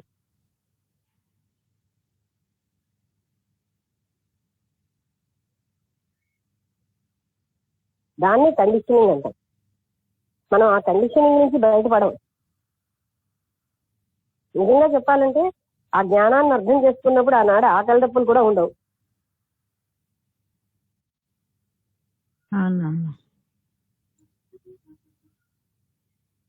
ఓకే, ఇంకెవరైనా మాట్లాడతారు? నమస్తే అమ్మా. మన కర్మకాండలకి, కర్మలు కూడా మనం ఎంత బంధిస్తున్నాయో చూడండి. మన సాంప్రదాయాలకి, మనం అనుకున్న ఉద్దేశాలకి, మనకు అనుకున్న పనులకి మనం బంధీకృతం అయిపోతున్నాం. అందుకే పరమాత్ముడు వచ్చినా గ్రహించలేదు ఆయన వచ్చేయడని. మనం అనుకోలేదుగా ఆయన వచ్చేయడని. మనం అనుకుంటేగా దానికి వెయిటింగ్.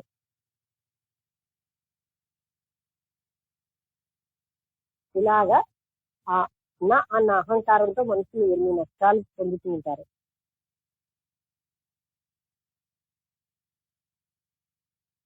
ఓకే, అందరికీ నమస్కారం. ముగించేద్దామా?